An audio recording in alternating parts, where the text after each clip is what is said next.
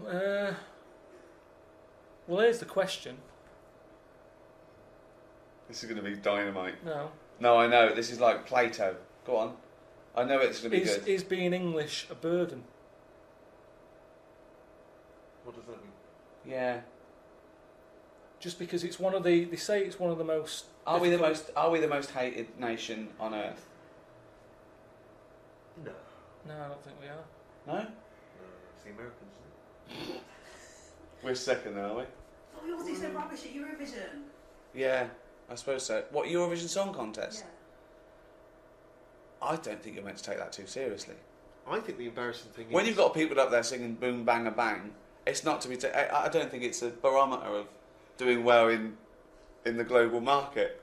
Mm. I think the problem is now that whereas England, for good or bad, was once it ruled much of the globe and a vast empire. At its now, peak, the empire was 4 times bigger than the Roman Empire. What do you think of that, Carl?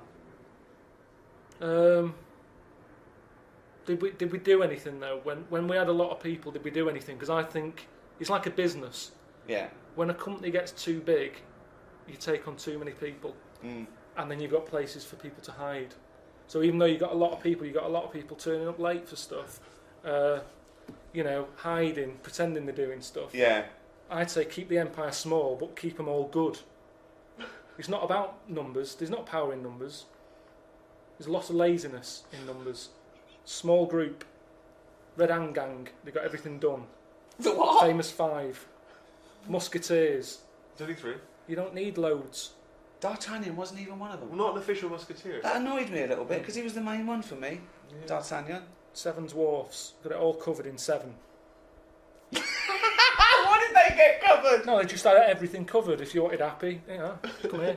Feel like moaning, get moany over. No, there wasn't a moaning. Well, I don't know all the names. Grumpy. But I'm just saying to you, you got it covered in 7. Got it done in 7. Don't have 10. Magnificent 7. You're doubling up. Yeah. Yeah, it's always... But I'm just saying, so the empire, it's not about the amount of people. You don't need loads of people. England's tiny.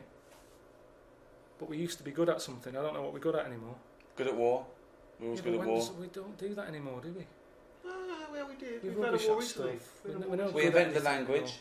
Yeah, but it's a difficult language. It's one of the most difficult languages. Yes, but because And we're because of English, we don't have to learn any other language because everyone else speaks English. So we can go abroad and just speak with our native I don't tongue. think it works like that. It's so complicated that we haven't moved on. Look at Germans. Apparently it's a really easy language to learn. They're brilliant at making cars and that now because they're not still going, what's that word again? The amount of times I have to ask for a dictionary. Now, Germans, the language is really easy so they can move on and carry on with stuff. Just get on with the car. Whereas we're messing about with language. It's complicated. It is the most complicated language. Look at the way, like, abroad, everyone learns 2 languages. Here, I haven't even learned ours properly yet. I'd go along with that. So that's what I'm saying. So how come other countries have got time to learn our language, but we haven't even learned ours yet? It's complicated. We made it way too complicated. Stephen Fry, he might as well be foreign, some of the stuff he says. I don't know what he's going on about. Just goes on with these words, and I think who knows what he's talking about? And we've done that. We've created that. We can't moan. We can't say bloody Germans have come up with that. We've created the longer words. So that's the problem with English. We make life difficult for ourselves. Thank you very much. So, Carl, say hello to all the Facebook and Twitter followers. We've just done BBC Breakfast, haven't we? All right? Yeah, it's all right, yeah. What do you think about Facebook and Twitter? Just let people get on with it. It's just not for me. CB was the thing for me. That's when I was younger and you wanted to talk to strangers. It was CB radio. You had a chat. I was called Pilky01. No one really knew it was me. It was a code. You could speak to strangers without knowing who you are. Like the Enigma code. I don't like... It was Pilky01. I know a Karl Pilkington who's...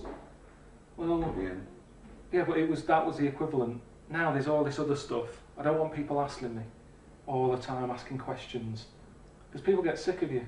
I quite like it as a social experiment, Twitter, because there's, millions of people on there, many of which you wouldn't want to meet in person. You'd have to go to some sort of institution or prison. But you can meet them and talk to them and find out about them. And it's like good research. Well, I quite like it from the comfort of a Hampstead mansion. and it's teaching me a lot, and it's making me think What? about stuff. Give us a retweet. No, it makes How's me that think. teaching you anything? Well, it teaches me to get better security on my house. I've got lasers now and more gates. I don't want, I like it that people like the programme. But everyone keeps saying, get Karl on Twitter. Yeah, it's not going to happen. I know it's not going to. I've told him it's not going to happen. I don't write postcards, and it's the same reason. You've only got 140 characters or something to write something. Yeah. When you're on a postcard, the address is the main thing. Yeah. You are the last one, aren't you, to read the postcard? When you send it, yeah. Yeah. It's a good It's for point. everyone else. And that's like Twitter. It's not a proper chat, that. No. I don't know what Facebook is. I don't know anyone who uses that. The internet is like emptying a drawer out of a window, isn't it? Well, it's like this. Why are they watching this? There's more channels on the telly than ever before. There's HD, there's great quality. Yet they're watching this. Two blokes sat in a room. We've done our job. We've been asked to have another chat about something. I don't know what to say to them.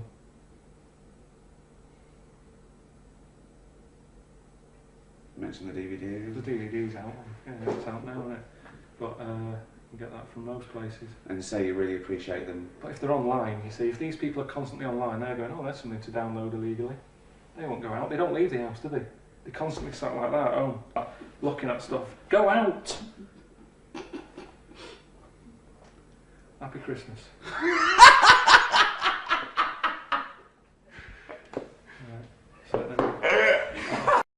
Hello everyone at Warner's. Thank you so much for getting behind the DVD. Hope you're enjoying your Q4 presentation. We're right behind it. We're going to do TV and radio and really make this a big seller. We hope. What are they doing? What are they doing towards this? What is this all about? Well, we're...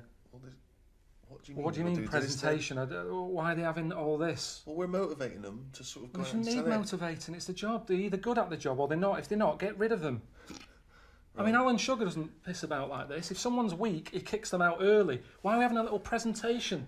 When you say presentation, is it a night out? I bet they're all sat there going, what's all this about? Oh, another DVD, whatever. Get the drinks in, Harry. That's what annoys me. This isn't going to motivate them at all. It makes no difference. It's just another free night out. It's their job to sell this. Why have we got to help them get behind it? Do your job. Does this happen in any other job? Doctors doing surgery. I'm not in the mood for this. Let's have a presentation. Let's get the family in. Please help me, Grandma. She's not been well. She needs surgery. All right, let's do it for them. No, they just get out there and do it because they paid. So get off your arse and get out there. Waterfall. That means they have 4 of these a year then, does it? You have to keep being reminded of the job. Don't forget, you've got to get out there and get off your arse and sell stuff. Fuck me. So thanks very much.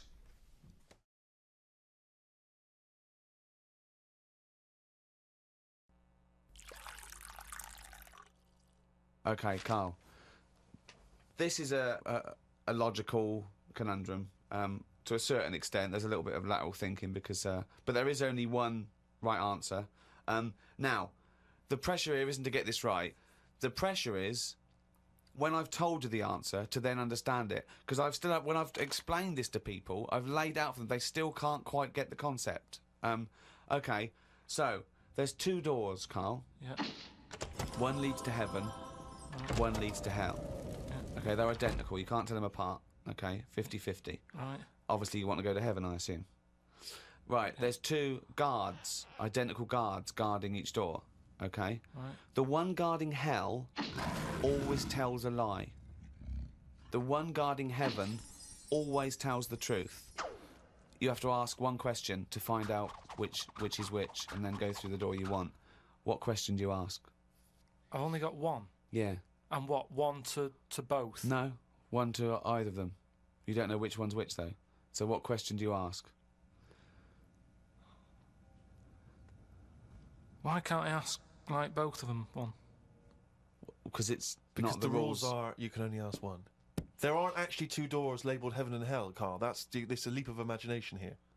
And I've definitely got to answer. I've got to ask them a question. I can't just sort of have a feel of the door to see if there's any heat or anything. They're identical. You stand a few yards away. You cannot tell from the outside of these doors which is which. What question do you ask? I can't look through the keyhole or anything. There's no Can't get anywhere keyhole. near them. Let's imagine there's a small rope that prevents you from getting anywhere near, rather like outside a nightclub. Yeah. So they stood there. Yeah. They both look the same. They're both smiling. Yeah. But one of them's not really smiling, really. He's trying to make me make a mistake, isn't he? Well, he's just going to lie when you ask him a question, if you ask him. So what's the point in asking a question? Do I know one of them's going to lie? Yeah. But would they be neighbours like this? Would they be that close? Why? I mean, we're not sure if these two guys get on. Because it's a logical... Well, I'll tell you the answer. No, I want to see if he can get it. He's almost there. No, he's not almost there. What am I thinking? No, hang on. Right, so you go up and you go... hang on. Well, look, let's imagine that... Let's imagine Ricky and I are those two guys. Okay? Right? But we have to... well, me and Steve will decide which doors we're guarding, okay? Right. I'm... Look away, Carl. Okay, right, then. so we've decided, okay, one of us is guarding hell and one of us is guarding heaven. Which question are you going to ask and who are you going to ask it to? Right, I'll just say to you, Steve, I'll go, got some post for God here. That's not a question. That's a statement. Right, you've got some post for God here. Well, that's not a question. Yeah, but maybe the question's coming. You got some post for God here, yeah? And it needs to be signed. It's not a question. Still not a question. No, let him finish. Is God in? Because I need him to sign for this post. Is he in? Well, I can answer that as well if you want. Go on. He's in. He's behind my door. Do you want to answer it? Well, yes. Do you want to get him? Just. Well, no, you've only got one question. So you're asking Steve, is God in? What's the answer? Yes. Ask me. Yes. Look, lads, I'm just trying to do a job here. What am I going to do with this? Well, give it to me and I'll give it to God because he's behind my door. Steve? Yeah, give it to me and I'll take it into God because he's behind my door. You're an idiot. Let me tell you the answer. I'm guarding hell, by the way. I'm the devil. Steve's God, okay? So you asked me what Steve would say if you asked him what door he was guarding, and I'm going to lie. I know he'd say heaven because he'd tell the truth, but I'm lying, so he'd say hell. So the question is, if I was to ask the other one what door he was guarding, what would he say? And whatever the person answers is the door they're guarding. Steve, what door are you looking after? Well, heaven. Yeah. Why should I believe you? Because you don't know. No, that doesn't work. Because you asked me the same, and I'd say heaven as well. Right. So who do I believe? This is where you use your gut feeling, though, isn't it? This is what life's. Well, as opposed to the pure logic that Ricky's just used. I just think because there's a lot of questions in life where you don't know the answer and you go, do you know what? I don't like the look of him. So... They're identical. Yeah, but they're still identical twins. You always get a little snidey one. It's something, when I was looking on the web, found something out. Go on. It's a story about a woman who had a baby. What are you talking about? What? A woman who had a baby who was having a baby. It was no clearer when you repeated it. There was a woman who had a baby who had a baby. What do you mean? No, I didn't read any more into it because I just saw that and I thought, that's weird. And then I just was thinking, oh, like, imagine the kid at school, at parents' evening. Go on. And it's like, well, your kid's pretty good. Now let's have a look at your work, sort of thing. But what? Did the child have a baby? Yeah. Of course it didn't! Play a record!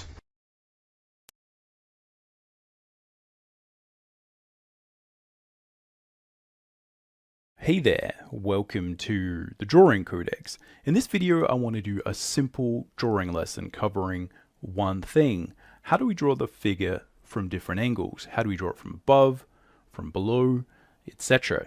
This is one of the biggest challenges that faces the artist at the outset, and even when you're well into your artistic journey, it can be a real stumbling block. And what I want to do is give you a few really simple exercises and ways to think about this so that you can practice. Now, obviously, this is something that relies on a lot of foundational perspective, and there's a lot of moving parts here, but I think there's a couple of key concepts that you can apply straight away, even if you haven't fully fleshed out your drawing foundation, even if your perspective is not 100%. I think there's a lot of things that you can take away and start practicing to make sure that your figures look as if they're grounded. Anyway, let's jump in and get started. Alright, welcome again to the Drawing Codex. My name's Tim McBurney. I've been a professional working artist for over 20 years, and on this channel we're all about drawing cool stuff from our imagination, embracing the challenge of drawing, and mastering the craft of line and color illustration. If you want to learn more about line and color illustration, you can check out my free Quick Start Guide. It gives you my basic advice for how to get up and running quickly in Photoshop with a line and color style. I go over how to build a simple, reliable process in Photoshop, and I give you my tips for going from thumbnail to the finished image. I also give you all the brushes and all the basic stuff you need to get up and started with the line and color style. This is where we create worlds with simple line and color. So it's not like there's a lack of information on these ideas of how to draw the figure from different angles. The basic idea, as should be pretty obvious, is that we combine the simple idea of taking a mannequin, of taking a stick figure, and then we basically just rotate it in space. The problem is that's easier said than done, and it's hard to know how to approach it. In the same way, you can read Andrew Loomis's book, Figure Drawing for All It's Worth, which is great, and it has a lot of information there, but again, I think the challenge for me when I was figuring out how to do a lot of this is, what do I start with, and how do I actually make that apply not just to the standard human anatomy, but maybe how do we make it apply to more cartoony things as well? I think what I want to do is, again, try those two dual concepts. One is, again, how do we draw the standard mannequin, but also maybe something a lot more cartoony may also help us to understand how this functions, so I can demonstrate that to you. But basically what I want to try and do is give you a simple exercise that you can go away and either follow along with me or take with you and just practice in your sketchbook as you go. Now, this is one of those concepts that I think is really important. And when I was starting out, again, I'd have ideas and they'd often be stifled by the fact that I couldn't draw characters from all sorts of different angles. And it took me a long time to really figure out, how to do that. But I think it's important to note that often when we are drawing things that, you don't always have to draw things from crazy angles. Not everything has to be some ridiculous, amazing angle, where you're drawing stuff from a crazy, sort of action pose where there's a million characters. You can see, right, like this panel here is a little bit like that. There's tons of characters, they're all fighting. Camera's low. That's important. That's a little bit different to what I want to do. And again, in this exercise, because in order to do that, you kind of have to begin with the basics. You sort of have to really, really understand the simple way that perspective and boxes and box sort of logic or theory relates to the figure. And this is actually a really good way, just practicing drawing that mannequin and that figure from different angles. It's a really good way to understand the concepts of proportion and structure and just how you actually go about building something that kind of looks solid but is viewed from an angle that is maybe more interesting or exciting. Anyway, I don't want to go on for too long because I think you get the basic idea of where we're going with this. Let's jump over to the drawing table and get started. All right, here we are at the drawing table. Now, as I said, in most cases when you're drawing comics, you are working within a fairly limited framework of poses and things that you need to create, that you need to kind of make real from your imagination or from the script. In most cases, I think what you'll find is that you don't always have to draw a lot of these heavy down angle shots, right? It just doesn't often make sense. When you do, it's really, really important. But if we think about often, if I take the basic idea of creating a Loomis stick figure mannequin, and if you're new to the channel and you're not quite sure what I'm talking about, there's a lot of other videos that I have on the channel talking about the concepts of creating a mannequin and drawing solidly, and I'll link to a few of the basic ones in the description. So check that out if you might get a little bit lost with exactly what I'm talking about here. But the basic idea, as you may know if you've looked at these concepts before, is that we basically just draw a stick figure. Now, you can think about the basic idea here being that maybe you might have a panel where there's a few characters, right, and they're talking. So there's lots of situations where you might want to frame a panel or an illustration or whatever you want to do, right? You might have lots of reasons. So again, I'm just kind of winging this a little bit, not being that technical with it, just for illustrative purposes. All right, but again, you might have some people talking to each other in a panel, and you need to do this kind of down shot. Now, that's useful, but in my experience, most of the time what you want to do is see faces and make sure that the posing is sort of clear. And this is quite a disassociated shot, and you may have a lot of stories and a lot of ideas that involve this basic concept of, hey, we're looking down at a scene. All right, again, there might be more characters over here. All right, again, just roughly transferring, all right, some of those ideas. Oh, that one's getting a little bit out of whack. But again, you know, there might be a whole crowd full of people, right? And now, if you don't know what you're doing, this type of scene is just an absolute unmitigated nightmare to execute on. So it is really, really important to kind of understand your basic perspective and all of that stuff. It'll really, really make your life a lot easier, and it'll make these kind of things a lot more fun. In most cases, though, I do want to point out, because I think it is super important to remember that in most cases, we're just dealing with minor variations, with minor tilts. So, and this is just my experience, but again, this is just practical advice if you're thinking about this. Often this is the thing that terrifies me, right? I wake up in a cold sweat as a young artist, sort of thinking about, please don't make me draw this kind of scene because it's just too hard. But what I found in most cases is that, yeah, there's a couple of things, right? You can see this scene is a little bit like that. We've got a few characters kind of from above. But the idea of having to draw extensive scenes where, you know, there's all these sort of dynamic angles, maybe in superhero comics there might be a little bit more of that. But in most cases we're dealing with looking at faces and fairly simple shots, which is very, very similar to what you would look at in a film.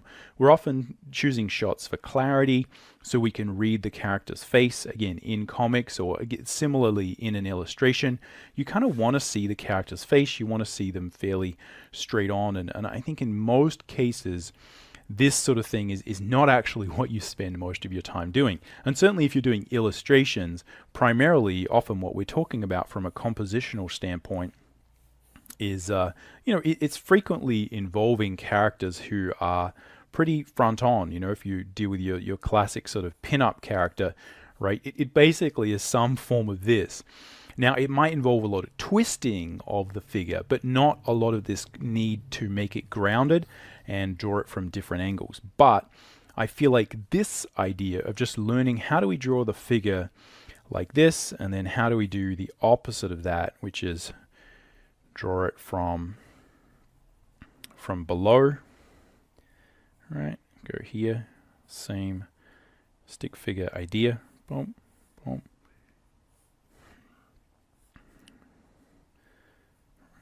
Got a head there, right? And then we're going to have arm here, right? Something like this. And again, you can continue the basic concept as you go, right? If we want to do that from the back, very, very simple, right? We just sort of flip the character around, right? And then we're drawing this. So I'm just going to be putting in rough perspective to illustrate what I need, and this is typically what I would do for myself. And I'm just illustrating the different options here. So we will get to some actual exercises, and I'll talk specifically about what I'm doing and how you can pull some concepts from books like the Loomis books or other sort of how to draw books and sort of actually try and get your head around this basic concept. But again, you know, we do it from the back. It's the same thing. All right. So here, the face is like this. All right, here it's from the back. And the difference really is just what does that arc of the spine look like, and how do these limbs tend to bend, right, as a very sort of rough basic idea. So again, these are a little bit from above and, you know, below. These ones are a little bit more. The basic concept is the same. Again, the reason that you would have you know, some need to draw like a really kind of worm's eye view of something like this, I don't know why you would need to do that, but say you did. Again, it's going to be a very similar concept, right? Feet are going to be on the ground, shoulders are going to be somewhere here, right? Head is going to be up there. We're going to have some arms here.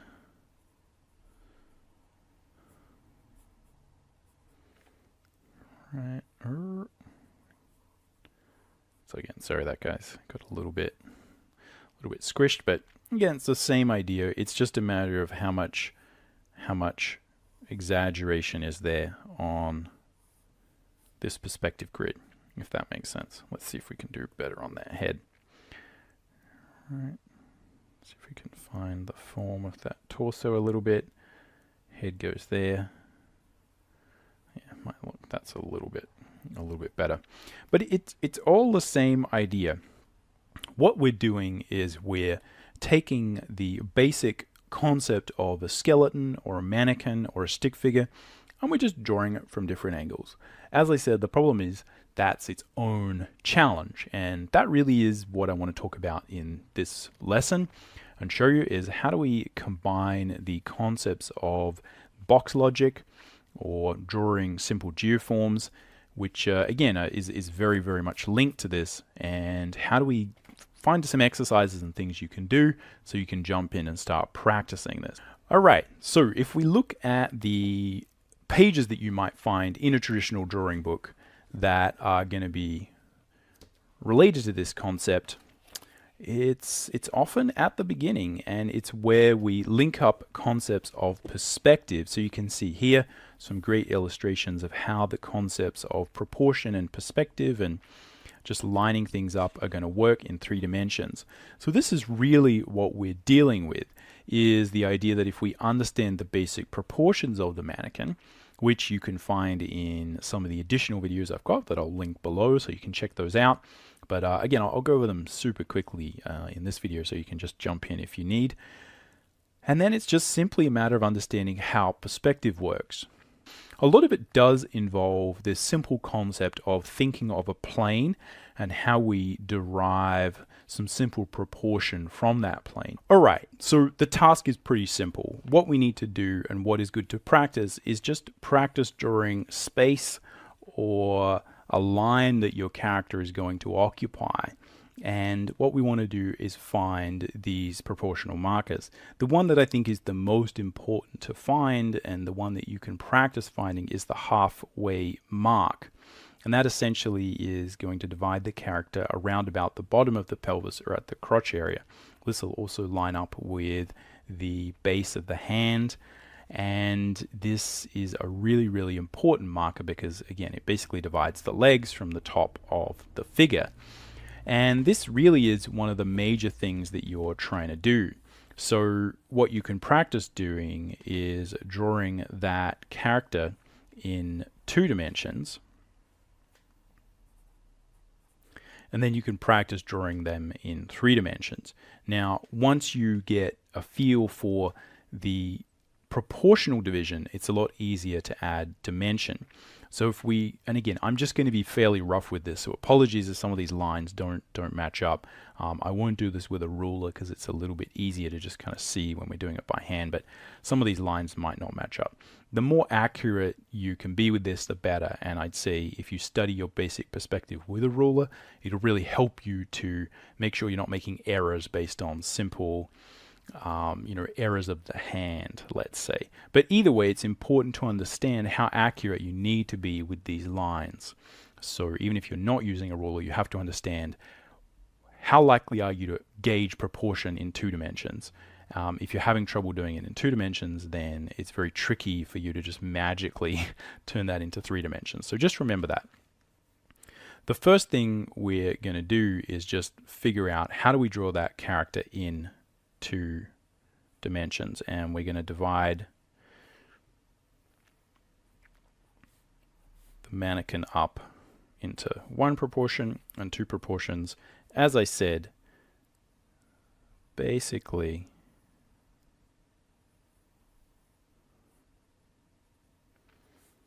dividing the character at halfway and that sort of crotch area, right? So we've got something like this. Now, as I said, I've got more videos that talk about this in detail. But this should illustrate the basic point. So what we need to find is these set of proportions. We got 1, 2, 3. So 1, 2, 3, 4 at the top. And we use these to define essentially where the head is going to go up top, where the top of the shoulders are going to go, and where the sort of normally this line is a really good line for where the breasts or the nipples are going to sort of go, again halfway up the arm. And this bottom of this 3rd marker is where you're going to have your navel and the bottom of the elbow. Down below, we're going to again divide this 2nd proportion in half, and we've got 1, 2. The top is going to be the top of the legs, and the 2nd one is the bottom of the legs. We've got some feet down here. We then know that the hand is probably going to come a little bit above the knee, normally 1 hand length above the knee, somewhere again around there. And that's the simple 2-dimensional proportion. Again, what we're doing is just making a stick figure out of this concept here. So this is where just, potentially copying these things or studying these or having some, you print out a version of this on your, computer or something like that, print it out, stick it up on the wall. It really helps to kind of make sure this stuff is fully imprinted into your memory. So it's important here that we find this halfway point. This division is really, really going to help. And again, you can fully study the figure, you can fully study all of these, but this is really the first exercise that I think you should apply. And this is the primary exercise that I think will really, really help you to just understand how to draw the figure from different angles. So in this case, if we transfer that proportion, right, so I'm sort of drawing it as a plane here, but this is just roughly to kind of illustrate things. Now I can guesstimate roughly where halfway up there is, but this is what we're dealing with when, all right, and we can divide that up. All right, we can divide that up. This is where thinking about those proportions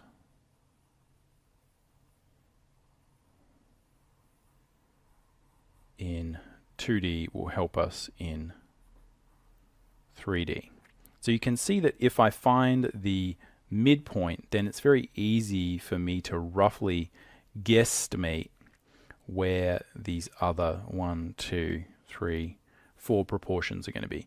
In the same way, it's going to be a lot easier for me to now guesstimate where these feet and legs are going to be. That is the baseline. And if we think about essentially repeating this concept again and again, it's just a matter of getting to a point where you line all of these things up.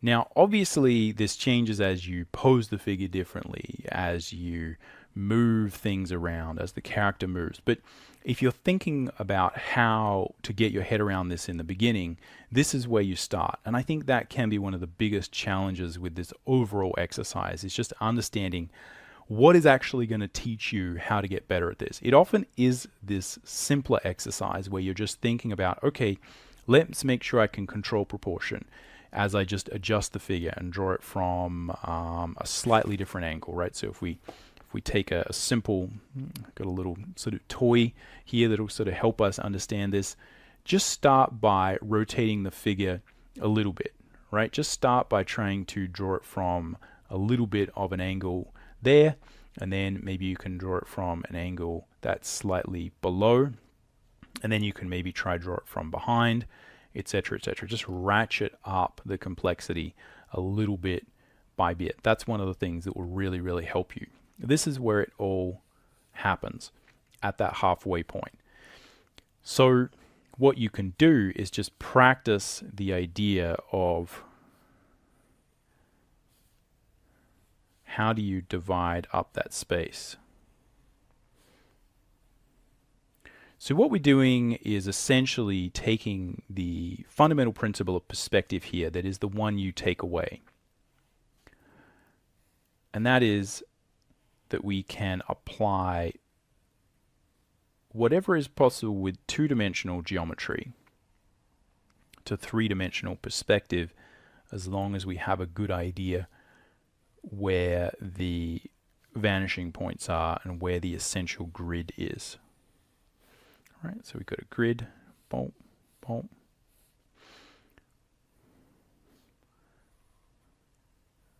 So I can do the same thing here because these corners don't move in two-dimensional space, and I can draw a line between them, and then I know how to divide up that space.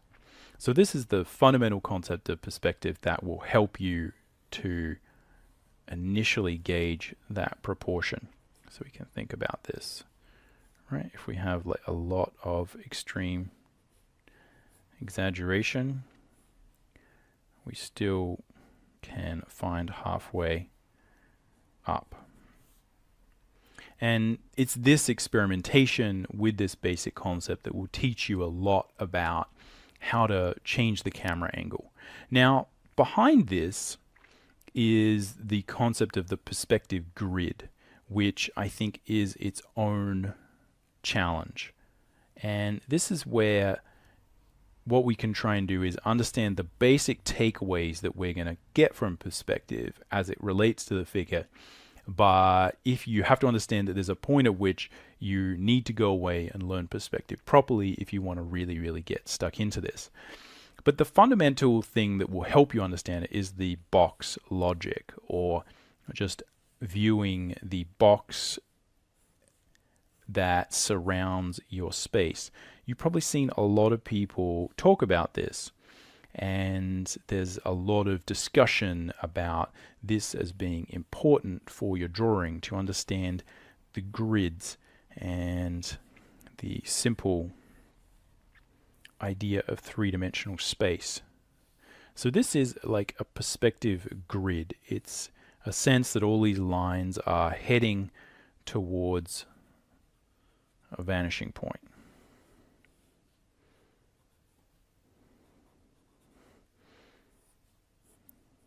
And again, I'm just being very rough. Now, what we're trying to do here is increase our ability to visualize three-dimensional space around the character. And that's really all you have to do. What you have to do is imagine that as you rotate the cube, the figure rotates. As you rotate the figure, the cube rotates. And don't worry too much about the rest of perspective. Again, the more you can understand about it, the better.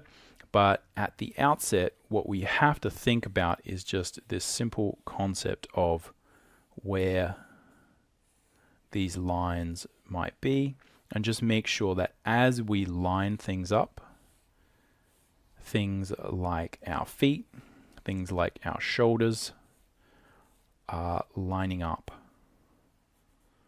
with each other. Now, again, that will change as the hands move, right? As the hand moves up, as we pose the character, obviously all of that changes. It's really important to start and again get your understanding of the initial perspective right though, because it's very easy to move things around once you get the character feeling as if they're solid. So the first part of the exercise is, as I said, just study and get good at dividing up space with different grids. I actually have a whole video on this basic concept that is talking about how you draw straight lines. And one of the reasons I use a grid as a good way for you to understand how to draw straight lines is because often the reason we're drawing straight lines is to draw a grid. So the concept of physically being able to draw grids is super important. But what you do here with the figure is just draw some different grids and then try and figure out where the halfway point is. Again, that's not a very good one. Keep going, keep experimenting.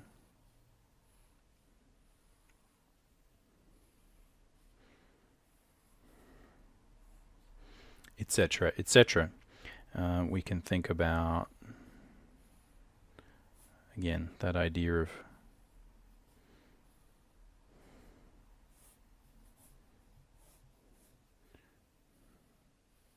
drawing a character where we're at a worm's eye view or a bird's eye view, whatever it is. The most important thing initially is really basic. Just get that initial halfway point there. Once you do that, everything else becomes easy.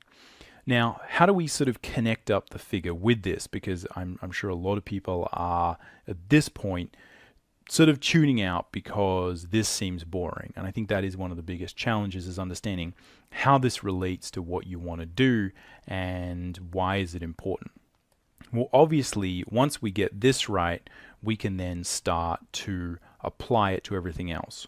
If we don't get this right, everything else is kind of a waste of time. All right, so how do we actually apply that? What I want to do mostly is talk about how that is applied and show it to you and give you a few little tools so that you can copy along, maybe try this with some of your characters or start to think about it. The goal here is that the more we can connect up figures and characters and interesting things with the topics of perspective, the more you're likely to get really interested in perspective and improving your perspective. If you can directly translate and apply the concepts that you might learn by studying 1 point, 2 point, 3 point perspective, etc., at improving your technical drawing, then you can directly say, hey, now that I know that I've got this a little bit more accurate, that means the lines that I'm going to use to line up my character are going to be more accurate. I think that is the goal here. It's really easy doing drawing lessons to get lost in the weeds about perspective and form drawing and the concepts of boxes. So what I'm going to try and do is, again, just show you a little bit more how I do this so that hopefully you can get interested in learning the perspective if that's something that is lacking. And we can do some more basic perspective lessons on the channel as well. Let me know what you'd like to see. So the way that I start by this, and the way that I would apply the concept of those Loomis books to drawing and drawing the mannequin, is as follows. Let's start by drawing a character from above, as I was doing before. The most important thing that I think we can start with is just the center line. The center line is the thing that really helps us to anchor the figure, and this is similar to this center line here that is holding up the skeleton figure. This is an imaginary line running directly down the center of the body, and we can kind of really use this to figure out where that character is situated. So here we can, let's define some fairly sort of benign perspective here. This is all I'm using. So you can see this is actually similar to a box, right? If we think about a box being like this, what I'm drawing is this. Right, so I'm drawing the center of the box. You can imagine if there was a line there and a line there and then a line directly down the middle. That's kind of what I'm thinking about here. Where is the perspective? But I'm not drawing a box because in my experience, trying to fit a character in a box is not actually a good way to start. But in this case, that can be useful. Now, what I'm going to do is guesstimate the halfway point up here, from here to here. And this is something where, again, if you're having trouble drawing a line, right, again, thinking about where the perspective for that might be, and then trying to sort of guesstimate where halfway up is.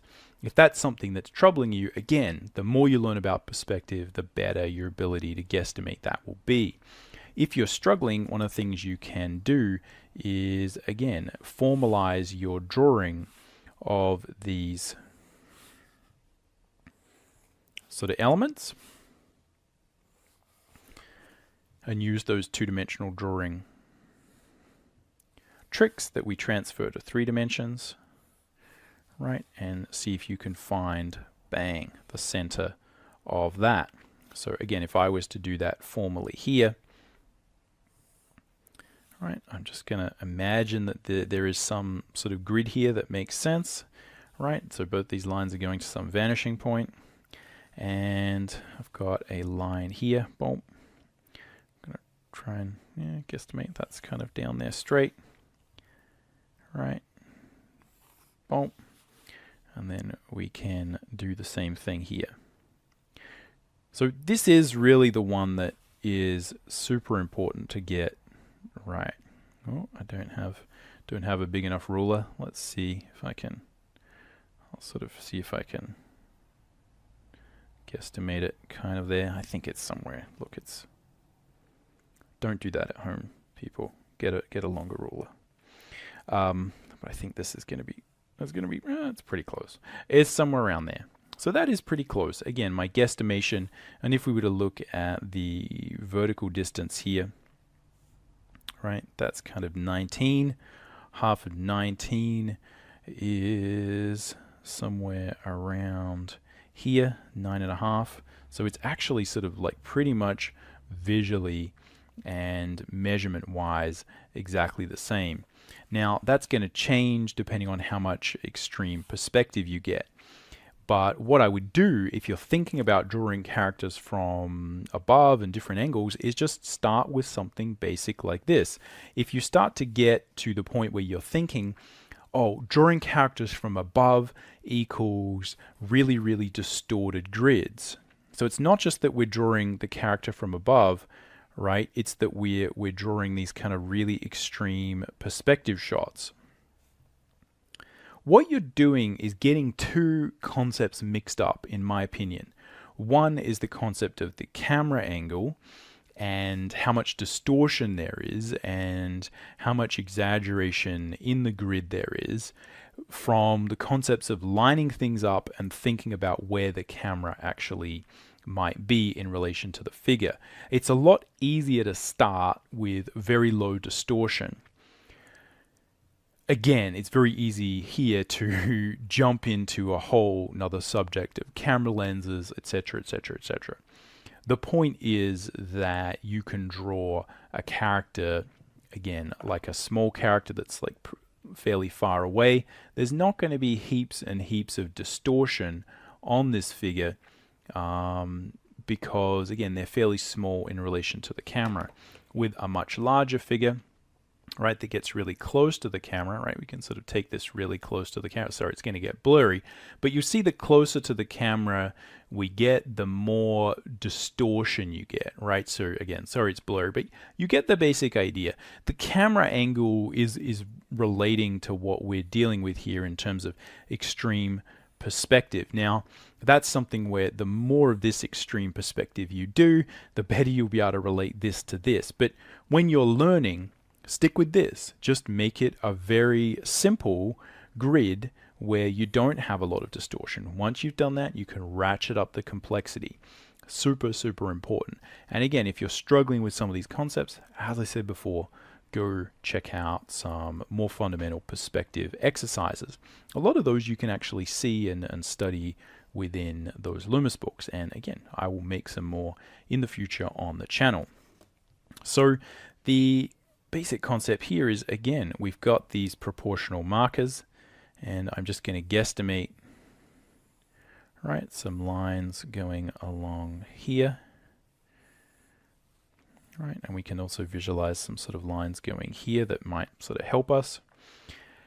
And then we've also got, we're sort of halfway up here. Oh, yeah, maybe let's sort of guesstimate that.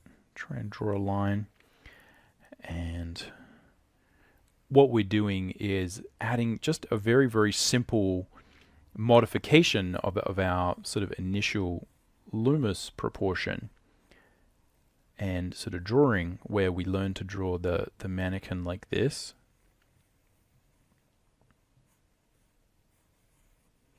I've got a head here, neck here, right, shoulders here, etc. So we're drawing the mannequin like this. What we're doing is we're taking these lines which don't have a lot of distortion on them, and we're just making sure that we draw them from different angles. That really is all that's going on. Just because you don't have extreme distortion in your perspective doesn't mean it isn't in perspective. That really is just related to the lens and where we're seeing characters from.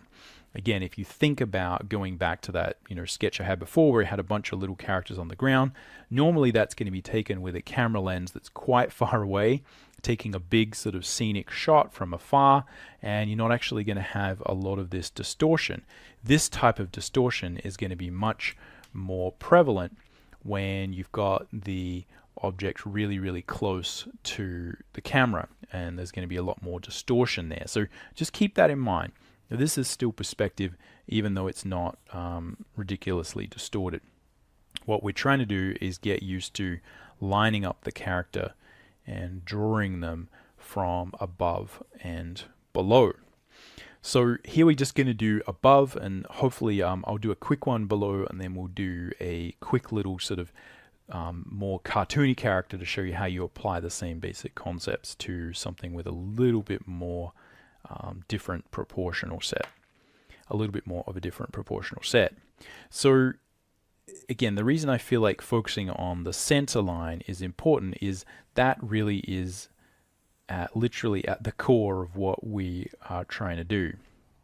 So I've got 1, 2, 3, and 4, and here I've got, right, I've got my 1, right, 2. So what I know is that here, right, I'm going to have my sort of pelvic probably a little bit higher, right? We're going to have the pelvic bit here, and this right rib cage is actually going to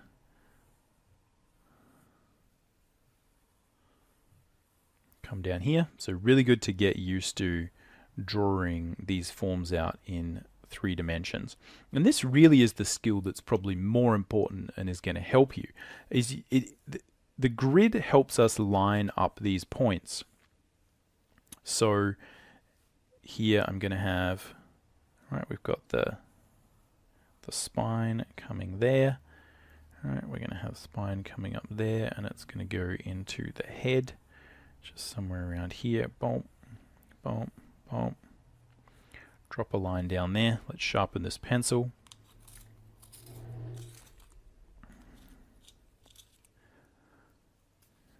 Alright, so we've got our head here.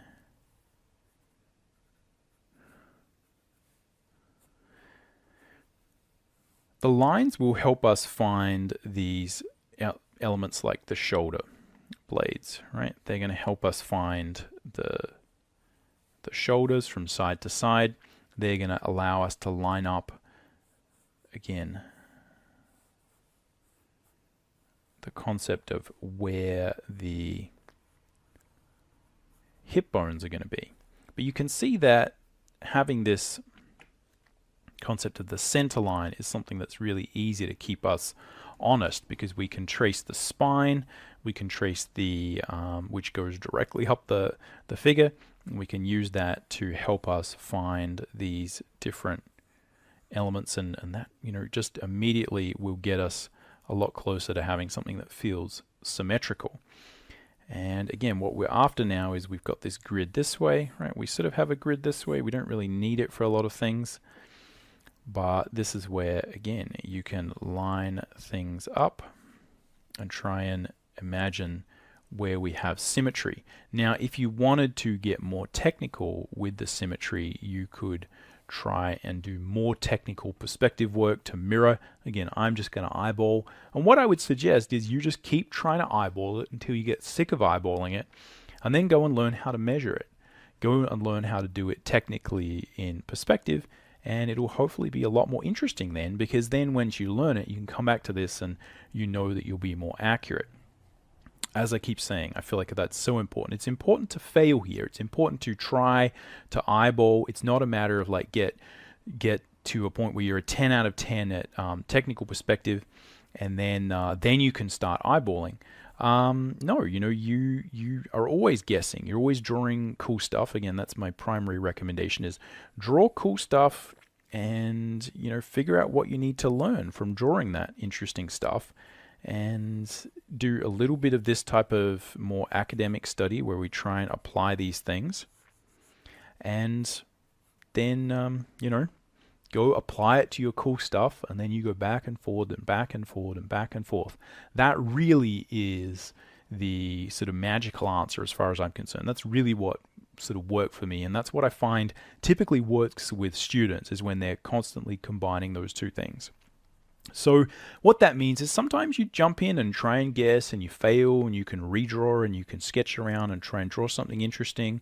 Draw something fun, you know, try and, if you want to draw mechs, you know, try and draw some mechs from different angles. If you want to draw, you know, fantasy stuff or aliens, you know, draw some alien characters from different angles, etc., etc. Now, I've talked a lot about in other videos as well how to add the musculature on top of the mannequin. So for this demo, we'll just deal with mannequins, right? Because the process is almost identical. It's just a matter of thinking about, again, how the muscles kind of wrap around and look from different angles. But the trick here is, how do we figure out where these points of proportion are?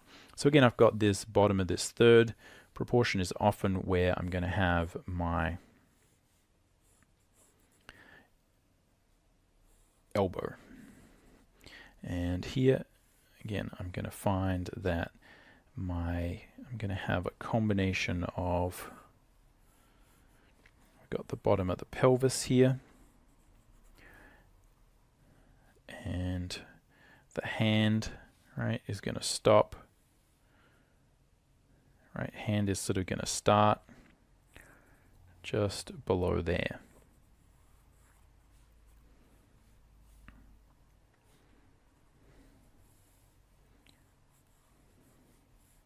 The elbow, right, hand is gonna, and this is where, again, what you'll tend to find is your intuition will be challenged. So the feeling of like, wait a minute, how long is this forearm? Well, I know from a proportional standpoint, right, if we look at this, that, again, I've got that bottom of that rib cage. Just look at this and check, because again, this is a major thing that will come up. I've got the bottom of the rib cage. All right, it's going to line up with that elbow. Now, it's very easy to figure out the depth and the length of these things when you're just drawing it flat on, but it's very easy to become challenged and accidentally draw stuff too long or too small or whatever, or just kind of, you just get tripped up and you're no longer able to engage your normal natural drawing intuition. So it's important here to double check and remember your proportions. We can see again at the bottom of the pelvis there, that's kind of where the hands start, and the hands then go down, and they're kind of, you know, ending about halfway up this bone, or about, as I often say, one hand length above the knee, or certainly the hinge point of the leg. Whoop. So that is one of these things that's kind of quite tricky from a proportional standpoint to really get. All right, is understanding where these lines are likely to go. Right, so then we're going to have a line about there. Right, we're going to have a hand. If the hand was sort of extended, it would be about here. Right, if it was in a fist, it would probably be here. And here we've got the knee. Here we've got this. Now, this, I think, is often the biggest problem when it comes to drawing these things from different angles, is making sure that they connect with the ground. And more important, and probably the subject of a different video, is how do you do, as I was doing in that other sketch, multiple characters from the same angle and make sure they all feel like they're sitting on the ground plane. Again, this is where having a good sense of that center line will really help. If we know where that center line is, you can easily understand that the feet, you know, if they're just sort of planted normally, which is what I'd recommend initially to give them just a standard sort of pose, is they're going to be equidistant more or less in a standard pose from that center line. Now, again, the subject of another video is kind of how we modify the posture and get different feelings there. But just understanding where that center line is in space, and then just sort of placing the heels of the feet somewhere so that there's an equal distance from here to here is super helpful. And then what I'm doing is basically just thinking about where these lines are going out at different angles. So you can think about that from a two-dimensional standpoint. If I'm looking down, right, here's this line on the ground, here's the center line, here's this foot here, and here's this foot here. And what I'm doing is I'm saying, well, the feet are kind of turned outward, a little bit like they are here. I'm doing it a little bit more exaggerated to make the point. But again, just visualizing the space, understanding the center, being able to measure, right? Again, it's the same thing. Visualizing the center line, measuring that space or guesstimating that space. Again, visualizing that center, understanding the points, right? So if we reattach our poor little skeleton's arm, again, this is the visualization we're trying to practice, is where's the center, where is the wrist sort of point, and where's the other wrist point, and just visualizing the distance. Having that center line there is super important, right? So this is what we're sort of trying to visualize. Points here, points here, points here. And really it is that simple. It's just a matter of staying true to the proportion, understanding how important the proportion is, understanding how important finding that middle section is. And what I'd say is not getting too lost in the perspective, just understanding that what we need is almost just parallel lines, right? Almost all I need to know is that, right, this line is kind of at like a similar angle to this one. It doesn't even need to be too much in perspective. I don't really even need these to be going to the same vanishing point. I just need them to kind of be almost in an isometric perspective to practice this. Again, once you start getting this and you're able to place these things accurately, I think that's when you'll be able to experiment a little bit more and take it to the next level. All right, let's try from below, because I think, again, what that will do is help us to just reiterate, do the same thing again, but we'll deal with a much more extreme angle.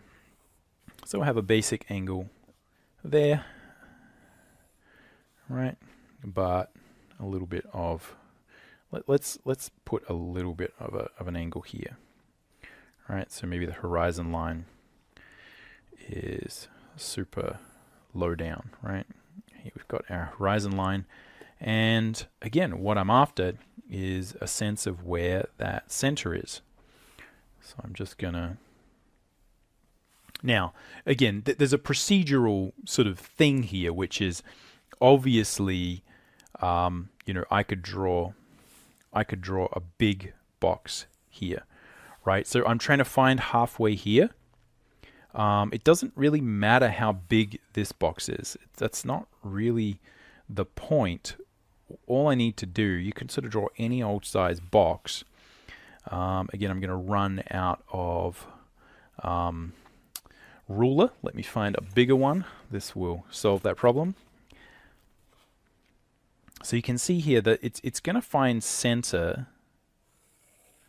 right over here, but that does give me a really good indication of where that's going to be, because all I'm going to try and do now is sort of draw, if we sort of try and understand what's happening from a visualization standpoint, right? I've drawn this, right? And what I'm trying to visualize is where this one is going to go. Now, it's not going to go there, right? I don't want to draw it that way because that doesn't look like it's going to the same vanishing point. I want to draw it so that it feels like it's going to the same bump, same vanishing point over there, right? That's kind of what I want, right? And I want my horizon line to be somewhere there. That's kind of what I'm doing. Now, the line can be over here. It doesn't matter. What I'm after is where is halfway up this measurement, right? So if there was a line here or a line here, if I find the center between this line and this line, it will give me halfway up all of these lines. Hopefully that makes sense. Again, if not, it's a good example of how learning some more perspective may help. So here again, what I'm doing is, this is the bit that will derail you if we get it wrong. What I'm trying to do is figure out where I place this line. Now there's a really easy trick that you can use, and that is to just measure. This is another sort of easy sort of way you can do this to kind of help you guesstimate. What I can do is physically measure. Right here I've got, right, sort of roughly, that's roughly 20, so 10 is going to be halfway up here. And if we sort of take a measurement here, that's 16 and a half, so 8 and a bit, right? It's going to be somewhere around there. So if I kind of draw a line between these somewhere around here, right? Again, those things don't all line up perfectly. That's going to give me a pretty good indication of where halfway up is. Or you can just guess. Totally up to you. This is a really good way where you can start to apply these boring perspective concepts to your drawing, get a better result, get a better guesstimate, and make sure, again, you're doing that thing, building that muscle of applying the technical knowledge to something that's actually going to help you. The other thing you can do is you can try guessing first, and then you can do all of the things and see how far you get. You can see I kind of guessed about there, and it was a little bit down there. The point is that we want to get a feeling for where halfway up this figure is if we then start drawing the rest of these lines. Because obviously what I'm going to do now is divide up this top thing into 4 sections, and I'm going to divide this into half. And I'm just guesstimating at that point. Why? Because this is pretty accurate, and what you'll find generally with a lot of perspective is once you kind of key into it, once you kind of understand like, oh, I get what's happening here, I've got a solid indication, I know these are true, then it's a lot easier for your brain to kind of guess the rest, if that makes sense. You kind of have the framework and the rest kind of fall into place. So again, I've got some of these lines going here. I'm not drawing them that accurately, but it is the same idea. We're going to have And what I'll do, and what I suggest to do is kind of just rough it in first, right? I'm going to have here sort of pelvic stuff here. There's going to be a rib cage thingy here. Again, they're going to sort of line up a little bit. Again, you know, the side of the rib cage will kind of line up with the pelvis. You kind of have that. Boom. Right. It helps me anyway to sort of visualize the spaces a little bit, right? Take those sort of jelly bean, take those, where's a good place to draw here? Take the jelly beans, right, and add dimensionality. Right, just think about like, where is the three-dimensional space there? Let's draw through, right? Let's try and define that space. I'm going to have a spine that goes up like that. It's going to come back behind, right, from the spine, comes back, sort of curves in. Oh, sorry, let's get that closer. Curves in on the small of the back, goes out, and then comes in. That's that sort of arc that I'm trying to visualize. So it's there, comes back up here, right, and then it's going to insert in the back of the skull there, right, and then I can draw the skull, right, I know, right, I can define dimensionality within that sphere, etc., etc. And here I've got, again, some shoulders. Right, going to place those shoulders. Again, visualizing. Right, got sort of a neck here. Again, I feel like those shoulders could be a little bit, again, a little bit more on that line.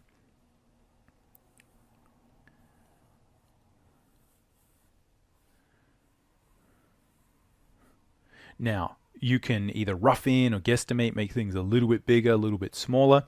If you run into trouble there or consistently run into trouble, again, one of the things that I'm facing is, as I often see with these drawing demos, I'm looking at this paper from a little bit of an angle.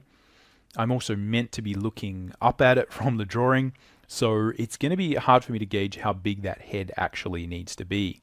But when I rough it in, again, the things that will help me to visualize that are, again, thinking about where that center line is, right? So it's almost like we're sort of, you know, got the sphere, right? We're sort of chopping half of it off, and then we got this, right? And there'll be like eyes here. So I'm sort of trying to think about where that is under there.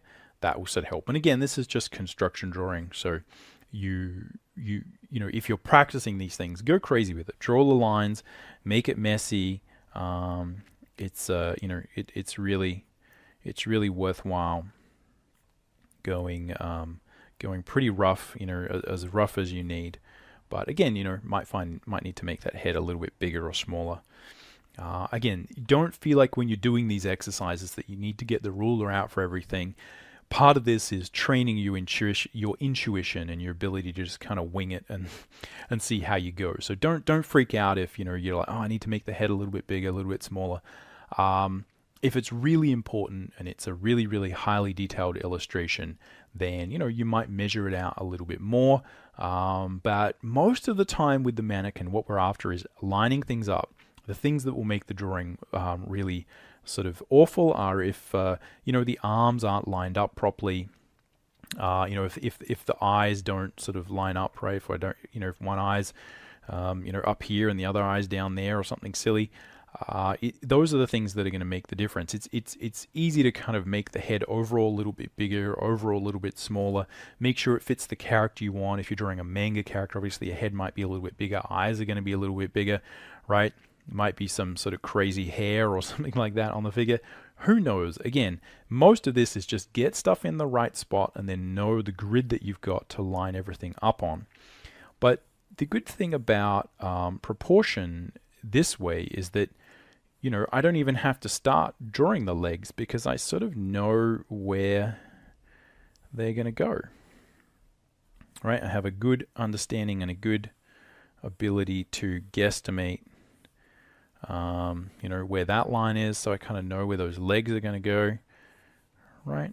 I've got a pretty good pretty good indication. Again, that's the heel of the foot. This is the ball of the foot. So we can't see it. This one's foreshortened, right, coming at us. Again, that's, you know, its own little drawing problem that can be quite challenging to solve. But at its core is just, you know, going through things logically and kind of thinking about what you see when you're looking at a foot from front on.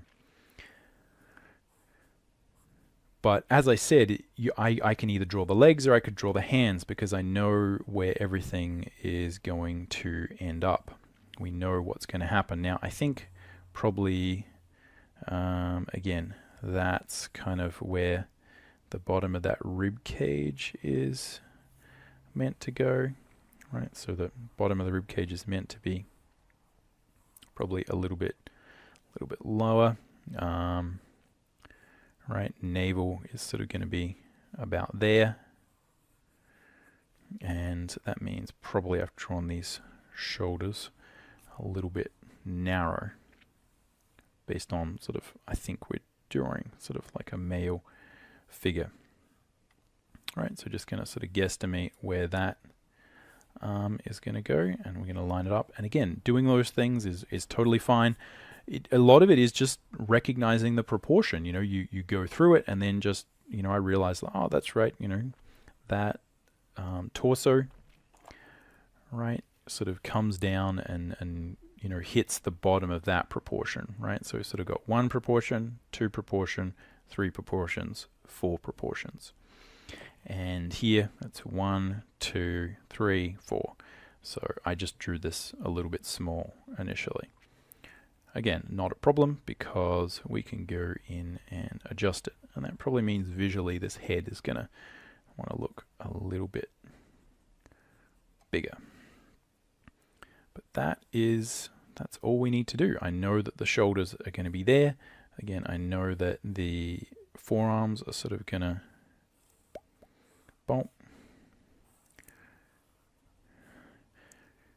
be about there.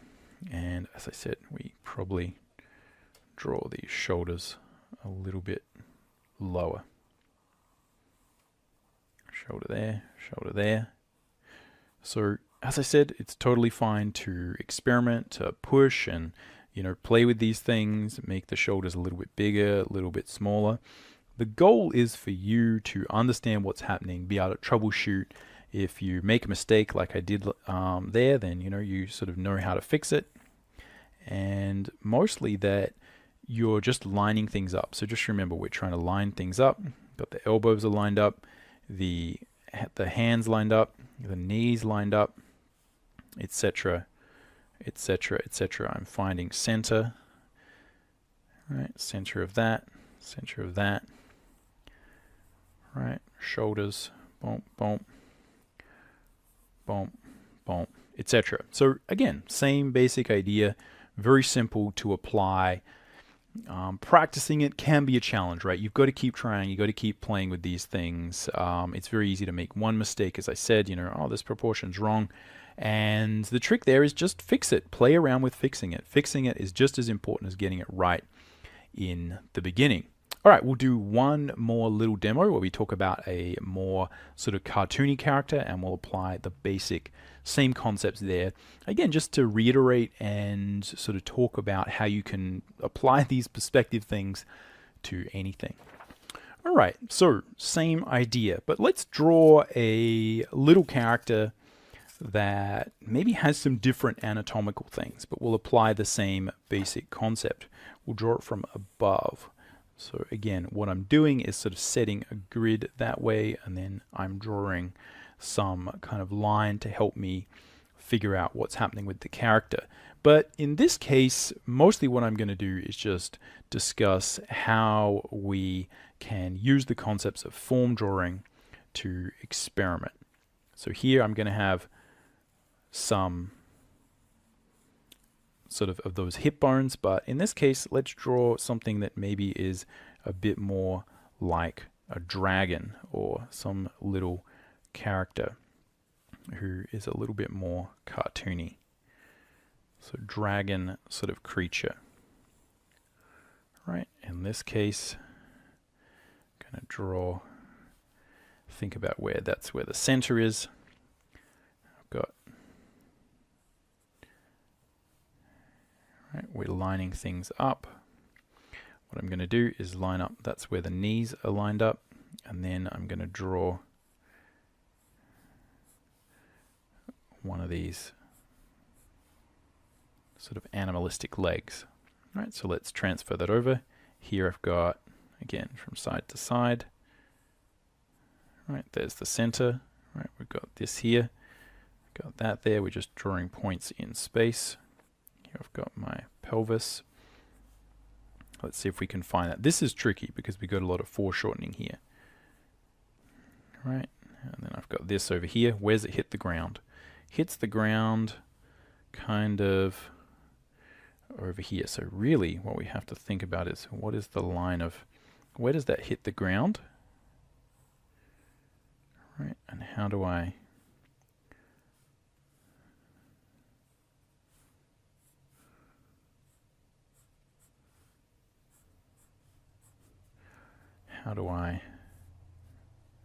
get that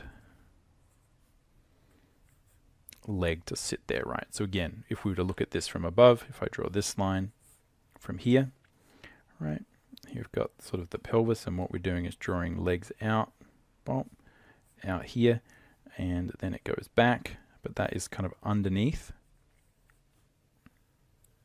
Right, so we're finding that point of this. Look at it from the side, it's going dunk, dunk, dunk, dunk, and we're finding these points. And then it goes down, and we don't really see that, right? And then it comes out, right? And we sort of barely see that. So this is where, again, some of that perspective will come in handy. So now I'm going to draw a rib cage, and I think this is going to attach a little bit forward, so I still want to think about where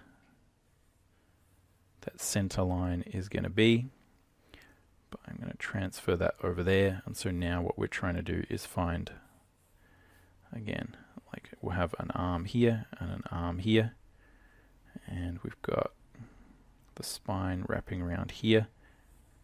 All right, we'll have a head, bump, bump, and let's put some arms down here. So I'm just going to transfer that arm right over here. Let's have some big chunky hands. Right, so we've got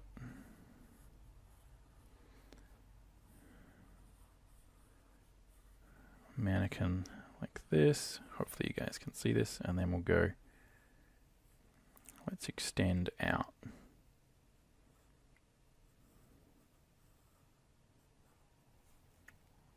Right.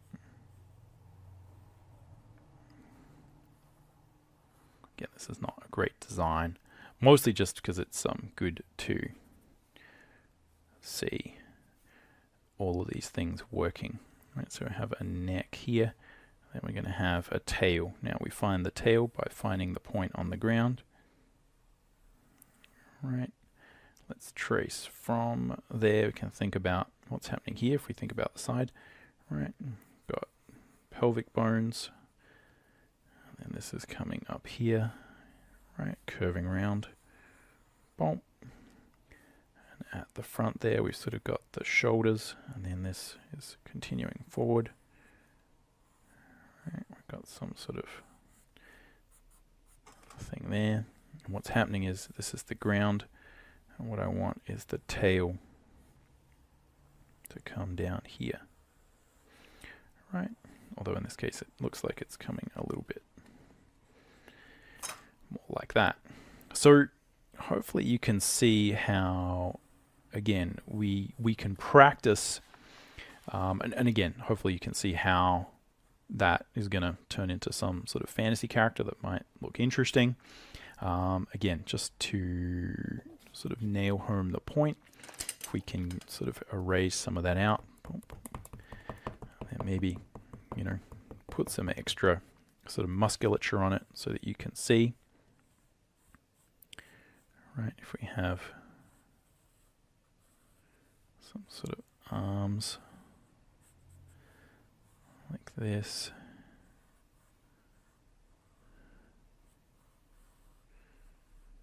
Right, leg.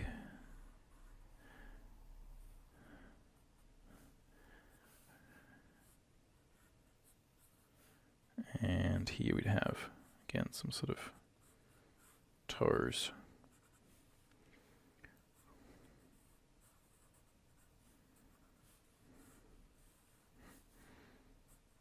So yeah, again, hopefully you see that we could build that up if we wanted.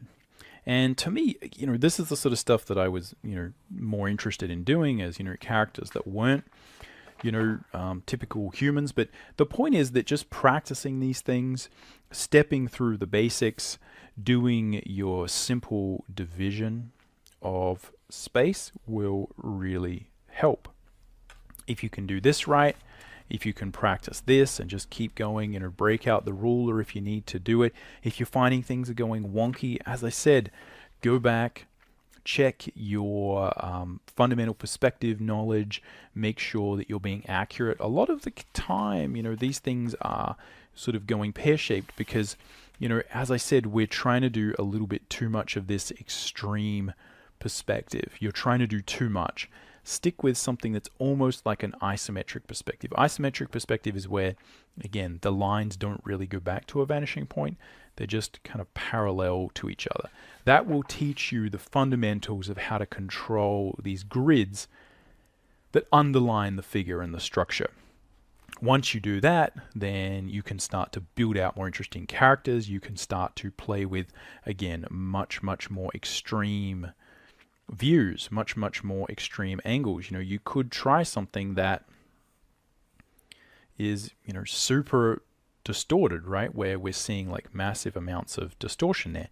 Again, you ratchet up the difficulty bit at a time, do a little bit of this, and again, there's like levels to the degree to where you're studying. These are still abstract studies. Do a few of these things and then just go draw your normal stuff for fun, right? That's what's important. The idea is important.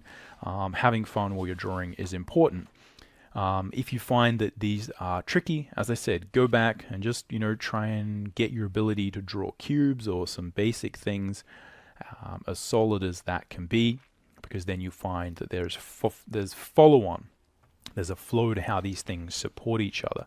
But yeah, hopefully that has been interesting. Let me know in the comments. This is a little bit more of a technical one, which I do sort of apologize for. And the real challenge here is that I think both as a drawing teacher and as a student, what I remember, and I still find this kind of frustrating, is that it is hard to know where to approach this from. There's 4 or 5 things that you absolutely need to get right in order to start rotating these figures around and drawing them from different angles, and there's no linear way you can do it, I think, that gives you some amazing solution where you just do A, B, C, and then all of a sudden it magically works. It's a progression. Again, as I say, people can get really good at drawing cubes, and then they, can't transfer those skills to their more interesting fun drawings. And likewise, if you just kind of keep doing this, but you don't study the perspective, then, you're going to find it a little bit harder to draw these things from different angles, and it's certainly going to take you a lot longer to get those things sorted. So it's a matter of doing all of these things and trying to figure out where they fit into your art journey, where they fit into your particular way of doing things. And I think the most important thing is to look for failure. Look for places where you aren't understanding things, but jump in first. Don't be afraid. It's okay if you try these things and they don't work. Don't freak out. Just step back and say, hey, what do I need to learn? Which fundamental thing am I not getting? Am I just completely not lining these things up? In many cases, it is just one of the biggest problems that you'll face is just people will be trying to draw these kind of lines and they're not even remotely going to the same vanishing point. There's a lack of accuracy. So that's where, again, just building your ability to draw straight lines, to develop grids. Again, I'll link to that video in the description. Just making sure all of that stuff is solid will help immensely. But this is a long game. This is a long journey. If you're partway along the journey, then again, you probably sort of know that already. There's no trick. As I said, you got to piece these things together in your subconscious mind a little bit at a time, and you slowly build structures that support each other. But I think what you have to understand is this does work, and you will get better at it a little bit by a little bit over time. So good luck with this. Let me know if you got any questions or comments down below. And but that's all I got for now. We'll catch you around. Happy drawing.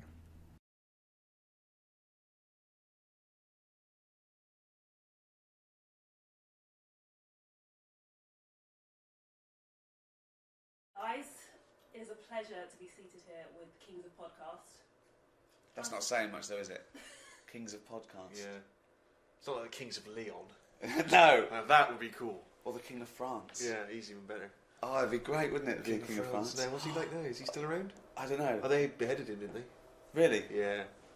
That wouldn't be good then. Kings of Podcasts is the best, isn't it? Audiobooks. We prefer that time. Kings of Audiobooks. Podcasts are free. We make nothing from podcasts. Let's get it right. And you've just had your back bedroom at carpeted, haven't you? That's not Well, my I'm favourite about to tomorrow. He's rolling it now. He left his job, and we were doing free podcasts, and we had about, I don't know, 1 million downloads. And I think it was Steve that said, "Why don't we just charge £1, Rick?" And we did We'll be charge £1. millionaires. Yeah. And now what listeners do we get? We've had about 3 million sold and about 160 million free downloads. So still they want something for nothing. They still won't give us £1 for everyone. Yeah. Everyone loves a bit of freeness, though, don't they? Yeah. Well, the British do. Which leads me nicely onto the guide to being English. English, yeah, to celebrate St George's Day, 23rd of April. Yeah. What do you think makes us English? What do you think defines us? Being born in England. Yeah. That's the main one, isn't it? Again, if you're the King of France, you'll have very little experience of being English. Yeah. Being born in England pretty much sums up being English. But this was very much something that we discuss on the audiobook, is what makes a person English, what defines your Englishness. We go from the trivial and superficial of what an Englishman looks like. I thought he was like a little stocky fella with no neck and a head like that. Whereas about a sort of bald Can round. I go now? Because that's what I was here for, wasn't it? Sort of like a real sort of, you know, little bulldog breed. Whereas Steve thinks of Hugh Grant. Always, or a sort of James Bond figure, who's someone I very much model myself on. Yeah, that's how I pictured the Englishman. Although I've never seen James Bond's glasses fall across the room when he was fighting with someone. No. It would all be over, wouldn't it? He'd go, "Miss Moneypenny, can we get Q, can we have some elasticated things on these?" That wouldn't happen. No, it's true, but it's one of the reasons I rarely fight international spy rings. But Karl, what was your take on the English? In what way? Anyway, Right. just answer any question. I don't know what it means to be English anymore. I don't know if I feel English. Look at the body language. What do you feel? Look at the I body feel language. more Polish. I don't know what that means. Just because whenever I walk past sort of builders and that who are Polish, they'll always sort of give me the nod. The look that I've got, I think I look more Polish than English. I think. I'm just going off that, off foreign builders and that, they always sort of give a nod. Any Polish in you, you know? What do you mean they give you the nod? You're walking past a group of builders, you don't know if they're Polish or not. No, you can tell they're Polish. How can you tell? They're just the way they look. You can tell they're Polish. And the builders, there's the first sign. Racist. We're here with Stephen Merchant, Ricky Gervais and Karl Pilkington to talk about the Ricky Gervais Show, a new animated series spun out of their award-winning, record-breaking podcasts. If you could have a superpower, what would your superpower be? Telepathy, X-ray vision, Flight, invisibility. But why have I been picked?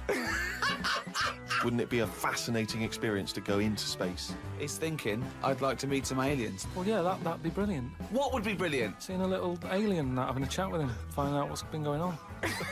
Here it is in cartoon form. Why is that?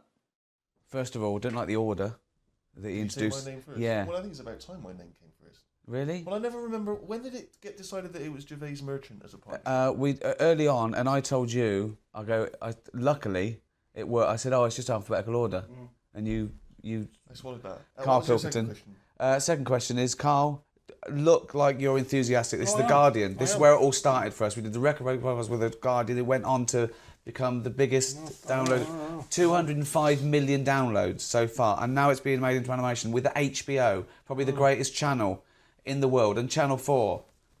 Also a channel. Yeah. So, Carl, a little bit of decorum. Yeah? Excited to be here? Yeah, it's just we're doing a full day of this, and it just gets a little bit wearing. Well, hang on, but this is Well, you don't say that, because they want No, to but think it's that better to tell them why. This is an exclusive. Yeah. I don't know. It's everywhere. People get sick of hearing about it. That's what happens, isn't it? Mm. I mean, you crop up everywhere every time something comes out. It's like, oh, what's he flogging now? That's the problem. And that's People a are just friend. going, That's I know, a friend. But that's how it comes across, isn't it? It's like, here we go again, flogging something. Okay. As far as I'm concerned, our bit of work's been done here. Right. I don't know why we have to sit and explain to people. So you just like people to just buy our products, no questions asked, just buy it, give us the money. If you want, but what I'm saying is the people who've made the DVD, when do they get involved? When do they get off their arse and do something for us? Instead of us sat here having to flog it. It comes across cheap. I hate it. But they don't. But the people looking at this don't want to see the fellow does the accounts for HBO, do they? But this is a nice symbiotic relationship with The Guardian. The Guardian said, yeah, we're... Guardian, these are nice people. Don't you want people to see this? Aren't you proud of it? It's not the best thing I've ever done. What's the best thing you've ever done? Your fucking paper round. No, Because that's the only two things you've done so far in life. You had a paper round, then you had this, then you met us. I just feel like... Is there a DVD of the paper round coming out soon? Yeah, I'd like to see that. He reckons that's the best job he's ever had. He said I was my own boss. No, you weren't. No, but it's the best job that I did as well. I felt confident in it. If people said, what do you do? And I do a paper round, I reckon all my customers would have been like, it's bloody good as well. Always the right paper, didn't rip it in a letterbox. Yeah. I was good at it. This shouldn't have happened. This is all an accident. You said, oh, HBO are animating it. I said, great, how much? And you go, oh, well, don't worry about that. You know, I still don't know to this day what I'm meant to be getting out of it. The drawing, you sort of, all I heard you say to him is make his head rounder. I've had no input into it at all. It's just... What do you think of the roundness of the head? What's your opinion of Karl? Same shape as yours. Yeah, it's a perfectly admirable head. I'd be proud to have that head, and apparently I do. And so. have you seen the animation? Yeah. What do you think? I thought you looked a bit like Fred Flintstone. Well, yeah, a bit Fred, bit Barney. But that's what we said. We wanted it sort of Hanna-Barbera, that sort of, you know, cuddly retro look. Because the things he says on the podcast, if you add to that a nasty, scary cartoon, it's going to be over the top. What would be a nasty, scary cartoon? Like if you were all naked or something? Oh no, just like spiky Right. and trendy, and I think it had to be nice and cuddly because he's a little funny little cuddly creature, isn't he? You know, it's just like a lovely little round-headed. He's got a heart of gold, really. The Sun love it. They say it's good. The Mirror says it's genius. Seth MacFarlane, creator of the Family Guy, said it's the best animation he's ever seen. I don't like comments like that. Builds it up too much. It's just, it's me saying stuff that I think I would have made more of an effort if I'd have known that it was going to end up on the telly. It's like when I was talking about stuff to these two, I'd be saying about the problems my Auntie Nora's having, stuff like that, thinking, well, she hasn't got the internet, she's never going to hear this. Then suddenly, it's on the telly. You know, and she doesn't go out much, so she watches a lot of the telly. And then she's going to be flicking about one night going, oh, that sounds like Karl. Oh, wow, this is good. What's Karl saying here? Turn it up a minute, turn it up. And I'm talking about her having a wind problem. And it's a little bit... What happened with her wind problem? Well, she's still kind of got it. She's on a lot of tablets and stuff, and it's just sort of playing havoc with her with her insides. But has Auntie Nora seen it? Have you heard back from her? No, a relation told her that she's been talked about. She doesn't know what about. So are you censoring yourself now that you're more of a media figure? For telly stuff, yeah, because it's proper, isn't it? As soon as something gets on the telly, it takes it up a level. Guardian online. Well, it's still internet. It's still... I like that. I like the way it's just people... The only people who'll be watching this are people who want to watch it. You don't get any whingers. There's no one going on there. Are you closing off the comments on these things? Because that's annoying. We'll open those up. I'd close them.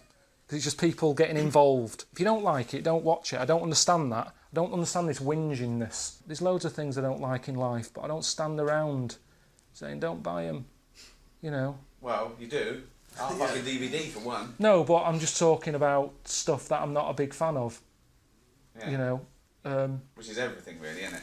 But, you know, you're excited by the fact someone puts it on, they watch episode 1, they're like, bam. We've got the second series, that's being made now, that's going out on HBO, Channel 4. It's being sold around the rest of the world. Have you been convinced that this is a good product to buy yet or not? It's, if you're into buying... You see, I don't buy DVDs, I'm not of that market. I sort of wait until it's on the telly, and this has already been on the telly. So if you really liked it and you want to remember it, buy the DVDs. That. And there's loads of extras on there, like little things, unseen footage and all that sort of stuff. It's 13 episodes, Carl, for the money. You know, it's a lovely little collector's item. Good for all the family, if they're over 15. Yeah. And a bit mental. Stephen, any thoughts on this new... I haven't seen it. You haven't seen it? I haven't seen it, so I don't know. But I'm certainly looking forward to my free copy. I shall... It's not free copies, but you do get 30% discount. Great, that's even better. So, it says it's genius, the Daily Mirror. Yeah. The Sun says it's very funny. Don't say the Sun, the Daily Mirror, the Guardian. The Guardian could have given us a quote. Well, they probably didn't like it, did they? I don't know. They're probably going, oh, we started that. Yeah, we should get a cut of that, shouldn't we? Oh, here we go. Another hand. Yeah. Yeah, someone else. Jesus Join Christ. the club. You've got 2 houses out the podcast, Carl. Stop fucking whinging. I mean, I'd say steal this from shops if you want. That seems a bit crazy. Well, no, we get paid. Will we? Yeah. Don't steal. Shouldn't say that, should we? Don't steal, don't do drugs, and floss. Wouldn't it have been better if we all stuck where we should be? Don't you not believe in that idea of travel broadens the mind? Well, since the invention of the telly, you don't have to go that far to see You're it. absolutely right. Hey, thanks so much indeed for logging on. There is even more exclusive material and behind-the-scenes stuff about The Office on this web page. That's the good thing about the internet, that you put loads of shit on there. Doesn't matter how long it is or how fucking boring it is. If you want to stay up all night watching something, you can. You will. When we went along to the BBC in about 1999, and they said, do you think it's going to be a sitcom? We went, yeah. I said, as long as I'm in it, we write it and we direct it. And they went, well, I said, no. I said, if I don't get the main role, we direct it and we write it, you can walk. And Steve went, in future, Rick, can I do the talking? He was a little bit worried that, as a nobody, I was laying down some ultimatums. Specific demands from the off. But I think what was weird was, because Ricky had never set out to be an actor or a comedian, and he wasn't chasing fame and he wasn't desperate to be on the telly, his feeling was either we do it in the way that we think it'll work or we don't. And it's, you know, he'd rather go back and do his regular job than sort of compromise it. And whereas I was panicked, you know, I was thinking, I want to be on the telly, I want to be famous and rich. What are you doing, you maniac, you stupid fat old maniac? So I was a bit more panicked, and I was trying to kind of... But somehow I think his kind of forcefulness worked to our advantage in the end, because you need that confidence in a way to sort of see your vision through. But we've sort of kept that up. We've never taken anything to get a stepping stone. We've never compromised. We've never did things that we didn't want to do to get somewhere. And it sort of makes you bulletproof. If you really can walk away and just go, oh, OK, we'll leave it, then, you know, the bits that you're left with are your vision, are where you've had total control. And I think that's quite important. Because otherwise you're... Yeah, if you're successful, otherwise you're just living in your car.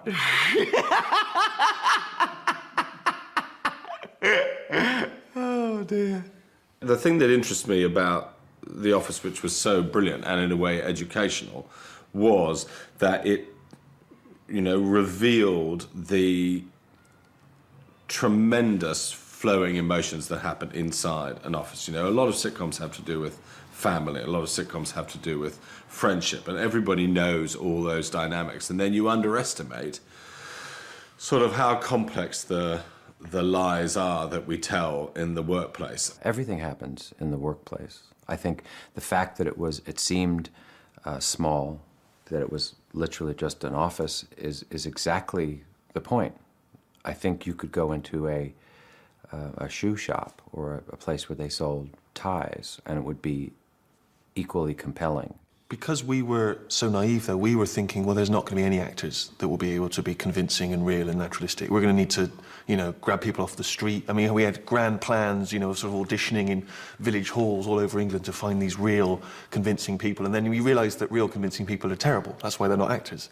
And that actually really good actors can just do an amazing job. And a lot of people always give us credit as though they say, was it improvised? Was lots of it improvised? But it's the actors who are just so good at making those lines seem real.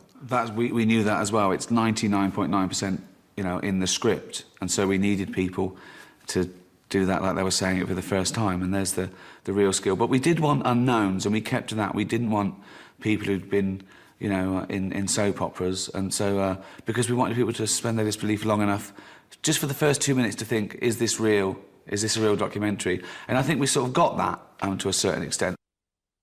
One of the things that Gervais and Merchant have really got right, that so many people get wrong in comedy, in sitcoms, is that if you're going to have a character who is a twat and a bit obnoxious and whatever, the way to make them watchable is to make them also lovable. I think that David Brent is probably a good boss for a paper company, you know? I think that, you know, he's big on morale, he's entertaining. I don't know, like, I think people would sort of be fortunate to have David Brent as a boss at that stage in the game. But maybe I'm just thinking that as a guy who I would just be laughing constantly at this guy, you know? It must be really exhausting being Brent, mustn't it? It's you are looking around and at a room full of people plus a camera and needing to assess really quickly in your head how you have to be to please each one, make each one think you're funny, and each one respect you. And you can't do it, you know, with everyone. I'd be exhausted if I were him. I wouldn't have it in me.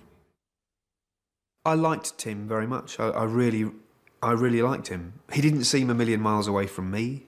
In terms of his sense of humour or in terms of his self-deprecation and his...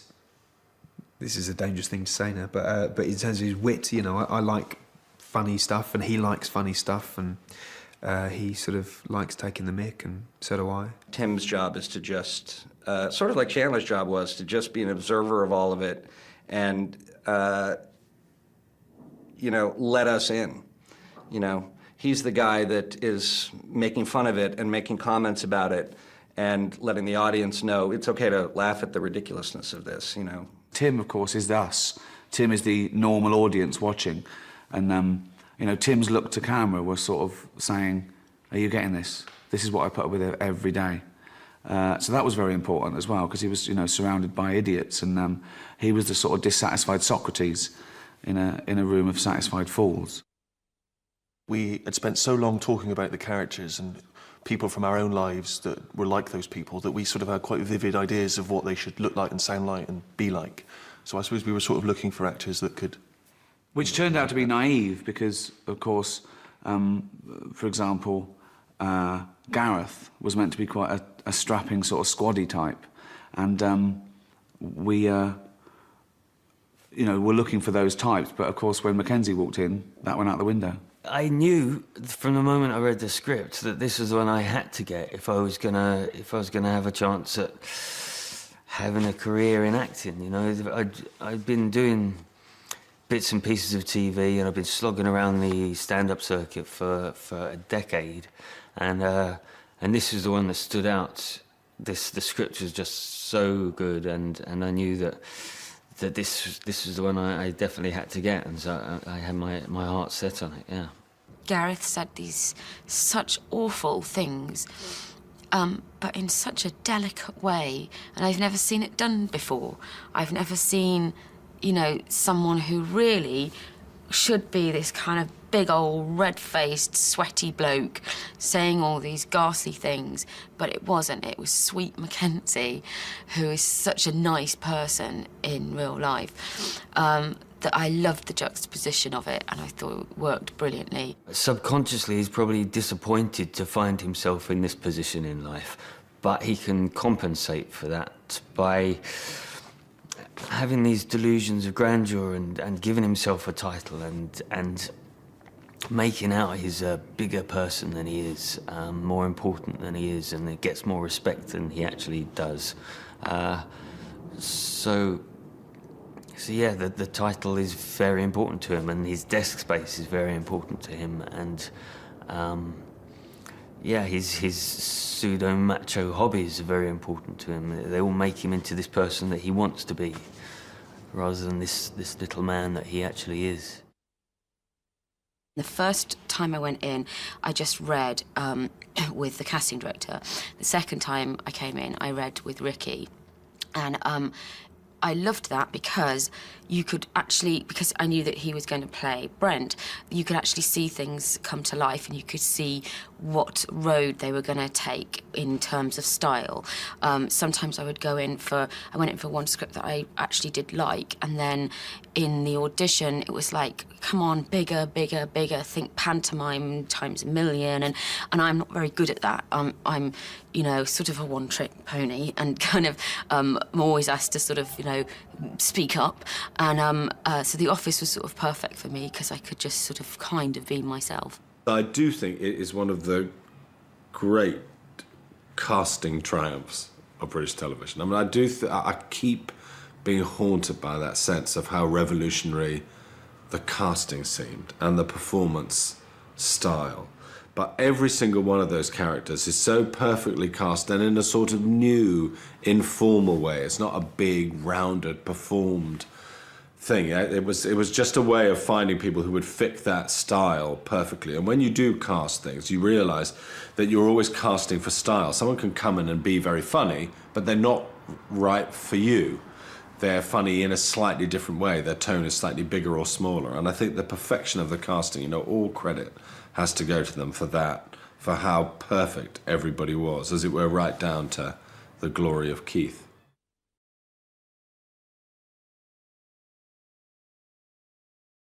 Well, one thing Karl has been doing over the past few months is writing his diary. He's kept that up. I don't know what he's had to write about. All he's been doing is looking at moths and ants and bees and going for walks. But I'm sure it's all in the diary. So let's have a look at that. Oh, I don't believe it. He's only gone and written it down.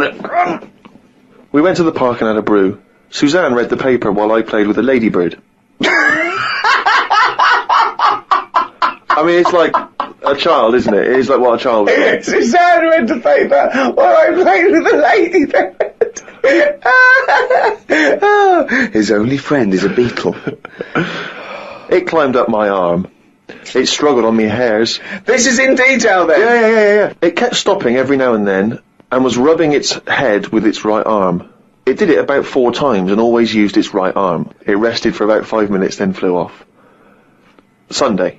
Had a bit of a to-do with Suzanne because she wanted a line today. I ate this. Once you're awake, you should get up. I got up and put the radio on really loud. She eventually got up.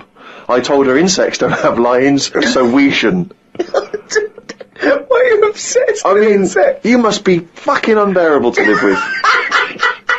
You must be a nightmare. No, I've just started, because I've watched insects a lot. I don't want to keep going on about them because we're a bit insect heavy. But at the end of the day, if we copied insects, we wouldn't go far wrong. I don't know what you mean, though. 1 minute you're saying they're great, then the next minute you'll slag them off. Yeah, I'll slag some of them off if I don't know what they're doing, but because I've studied them a bit longer, I just think they do it right. You haven't studied them, though. He thinks he's like Darwin. But you just slagged them off again, don't you think that insects are doing stuff? They're not. It goes there, then it goes back again. The ant was messing about, but only that one. The others were carrying stuff. That's what I'm saying.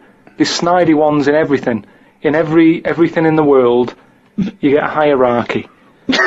Oh, long words! Ooh. The bookshelf was dusty, so Suzanne asked me to dust it if I get a minute. I ended up looking at every book.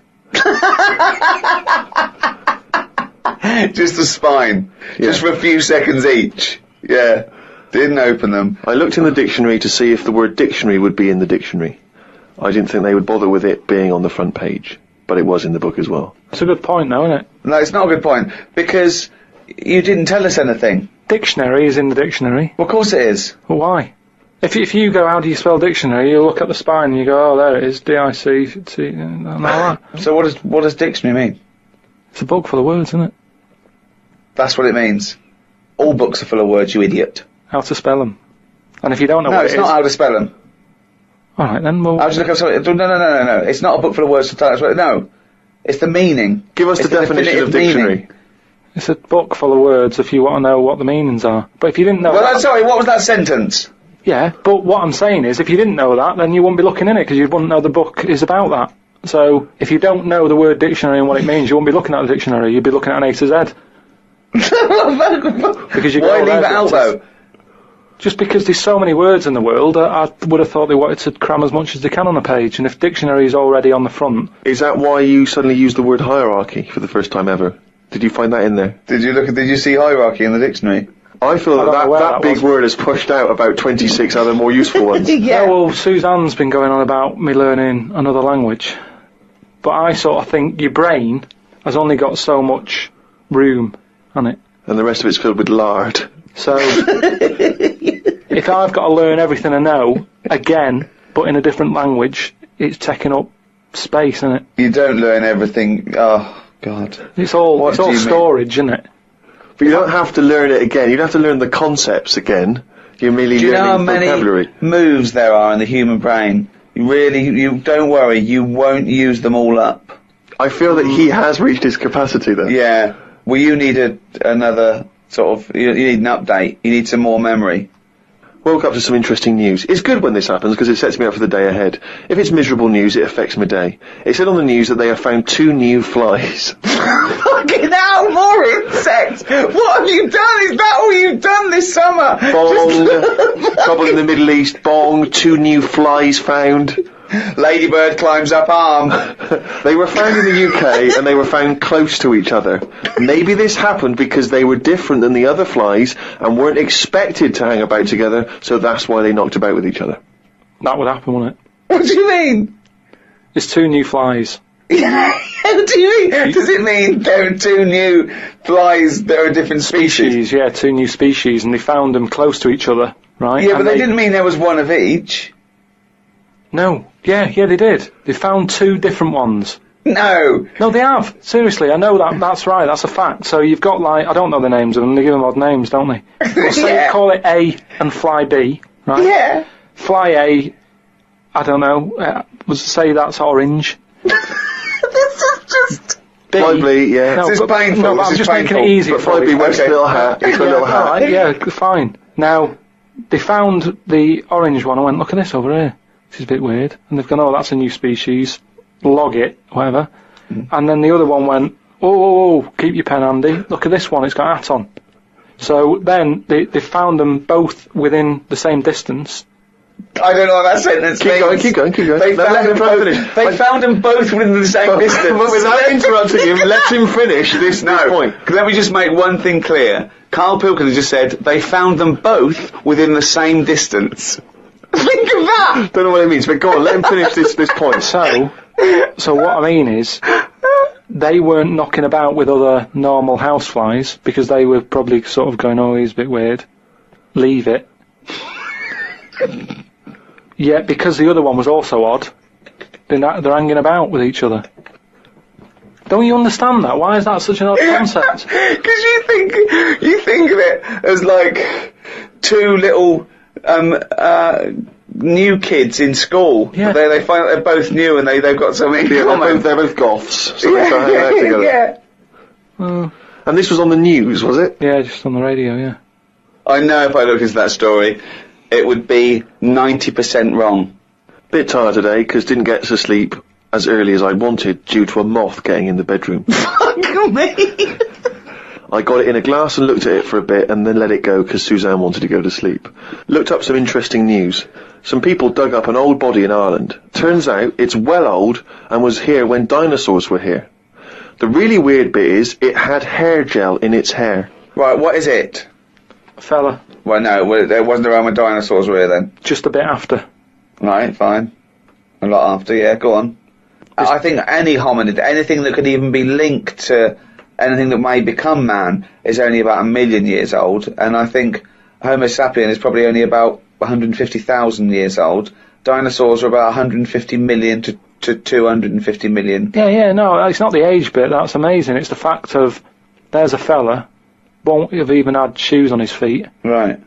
And yet he was worried about his hairstyle. Right, well, that's definitely not true either. This is unbelievable. Well, there was a man on the radio doing poetry, says Karl in his diary. I thought I'd have a go at doing a poem about today. Not really. Steve, I'm a little bit queasy. He hasn't really written a poem. He's written a small poem. No, he hasn't really. Yes. If moths had eyes... Fuck me! Let me read the poem, okay? Oh, fuck. You wouldn't interrupt T.S. Eliot. Okay. Okay. If moths had eyes, would they be happier? How do they know they're not dead? Cavemen hunting for food, but not before they style the hair on their head.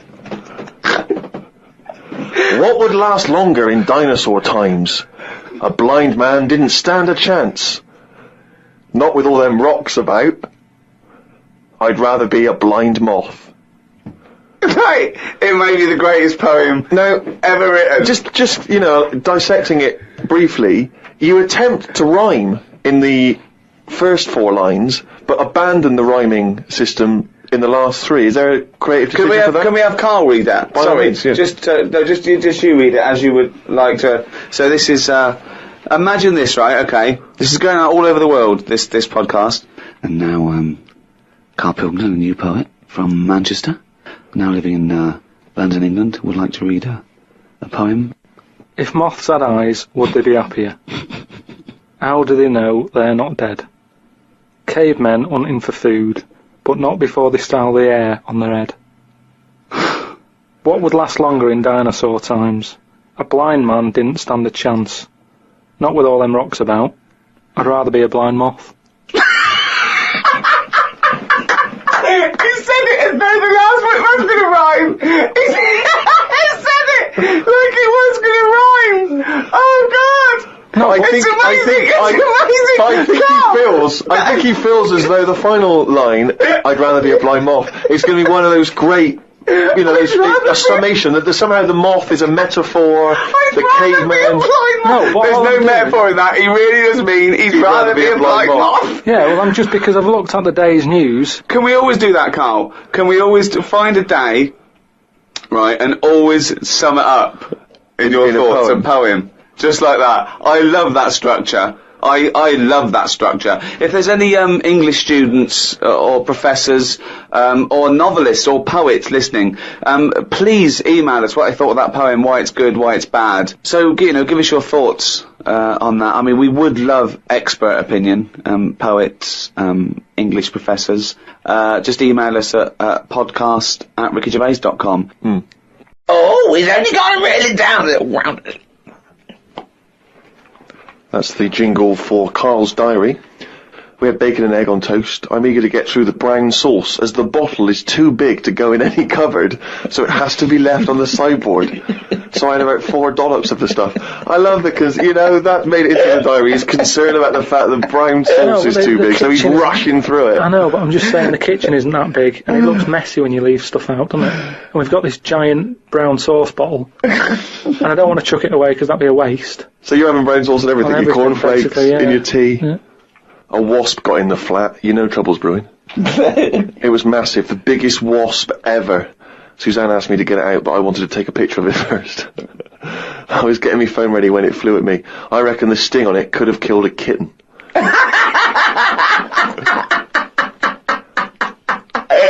So specific. It ended up flying out the window on its own. Drama averted. Oh, God. We went out for tea. You're always in a cafe. That's what this diary. You spend so much time in a cafe. There were loads of flying ants. I kept kicking the table because I could feel them on my legs. I wouldn't be that jumpy normally, but I still had flashbacks of the giant wasp from the morning. Suzanne told me to stop being stupid because I was ruining her night out. A night out in a cab. Brilliant. Oh, God. What was it, her birthday? And flashbacks from an incident. Yeah. Like he's some sort of, war veteran. What is it? It's the wasp. It could have killed a kitten. bought some wallpaper. We got back and got on with it. The wall that we've papered before has got a big mirror under it. We papered on top of it again. I ended up reading my phrase book while Suzanne did the rest of the tidying up. Now, what's your phrase book? This is just you trying to master English, is it? It's just a book that tells you little sayings and how they came about. An interesting phrase is potluck. It came about when all people ate is stews. They used to chuck all sorts of stuff into the stew. You stuck your spoon in, and sometimes you got something nice like beef, or you could end up with a bit of frog. It's potluck.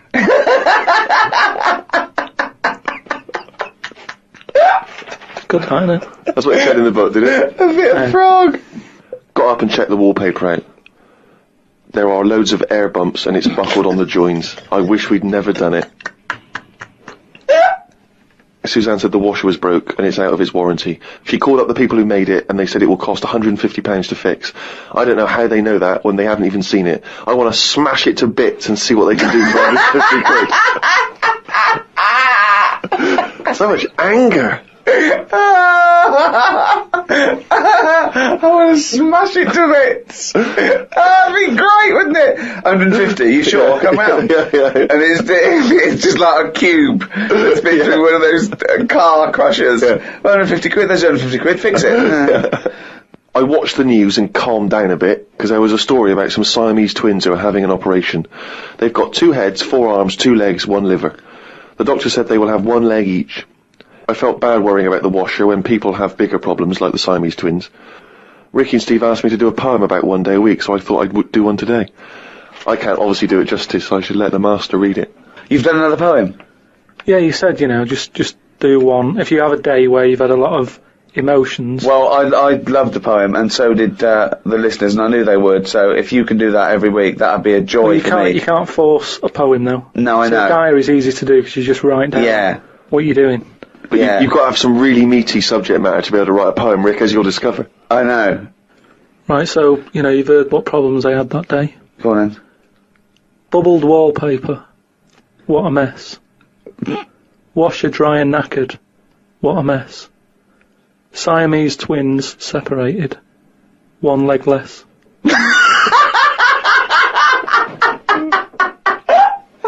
I don't know what rhyming scheme that is again. Oh, God. Oh, God. Oh.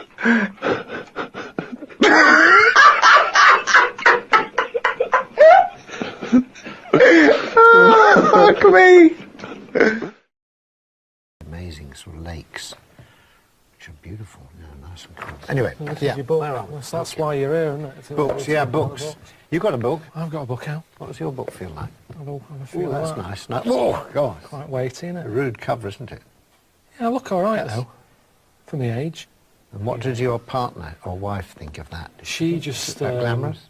She's sort of a bit, does that have to be the cover? But, we've all changed. I mean, I know my body's not what it was when I first met her, but, hers isn't either. There's about 120,000 words, I think. Yeah, gosh. Well, there's only 80,000 in that. 90,000, yeah. 120,000 words, all different. Who's that guy? He was in Russia, and he's magnetic. Magnet man. Magnet. Oh, what he's got, so full of polluted... Well, I don't know. At first, I was that. sort of amazed and a bit like, bloody hell, a magnet man. Yeah. But after a while, he was rubbing spoons on himself and he stuck them on me. And I realised he's not magnet man, he's just sweaty man. Yeah. His superpower could have sort of been killed with talc. That's a good sweaty man, is it? Anyway, we've got books out. I don't know how much we can say about having a book out. There's your book. Good luck with that. In the toilet as soon as I get home. Good night. I went to Brazil because I thought it felt to me like it was somewhere that didn't really exist. It's a kind of fantasy world. I kind of thought of that. Is it a real place or is it just a state of mind where the sun's always shining and people are always on the beach? Yeah. And everyone's eternally happy. So I wanted to go and find out. It can't be true that there's a place like that. But it is, almost. Did you go to a nudist beach? That's what I was taken to one of them when I was in Brazil. No, I didn't. I don't need an all-over tan. Who's that for? Who's seeing that? So what do you wear normally? If you're on a Brazilian beach, what would you be wearing? I had sort of, quite long shorts on. I like having pockets that I can shove stuff in. Yeah, yeah. Action trousers, yeah, I used to call them. Yeah, I like them. Keep a t-shirt on. Hat, so I don't burn my head. Yeah. Socks with trainers. That's really overdressed for a Brazilian beach, isn't it? I did feel it, It's but like at the you're same... dressed for winter. No, I know. Yeah, so what happened on the nudist beach then? You couldn't sort of I sat stand there. around in all your gear. They took me there early, Yeah. and I was sat down, and then I just saw this bloke put sort of under a tent getting drinks ready for the day, and he bent over to go in the fridge, and it was one of those sort of those double takes. I've got no pants on. Yeah. Sometimes you're thinking, what are you thinking? Why are you showing that off? I mean, I don't like my body. You know, if I look at it, if I get a glimpse of it in the shower, or I had to have a medical check, and I told him he had a bad back, and in the end he sort of said, drop your trousers. So I did. And he went, no, your underpants as well. Yeah. And I hadn't had that years. Bad back. For a bad back, yeah. Yeah, exactly. And but you do, because if a doctor tells you to do something, you do it, don't you? Did he ask you to cough? Cough, and He they did held that. your balls? Yeah, he did. Yeah, he did that, and then he said, Someone "Put you- back up." But the thing is, I was stood in front of a mirror, and I saw a glimpse of me, stood there with my trousers around my ankles, and it was something that I just thought, that's horrible. That it's a horrible sight, and you should keep covered up. There's nothing that I thought I wish I could show this off more. The thing is, Karl, that you never seem to really be enjoying yourself when you're out there. I don't know. At the end of the day, I lie there, lie there wherever I am, and the amount of times I'm lying somewhere, like a hole somewhere or a tent, just thinking, what am I doing? Loads of times. Yeah. Why am I doing this? Yeah. Nearly 40. I should just get a normal job. I'm nearly 70, I still write down, why am I doing this? Why do you do it? Why do I do it? Good question. Gets me out of the house. Yeah, but you see, I like being in the house. That's when I'm most happy.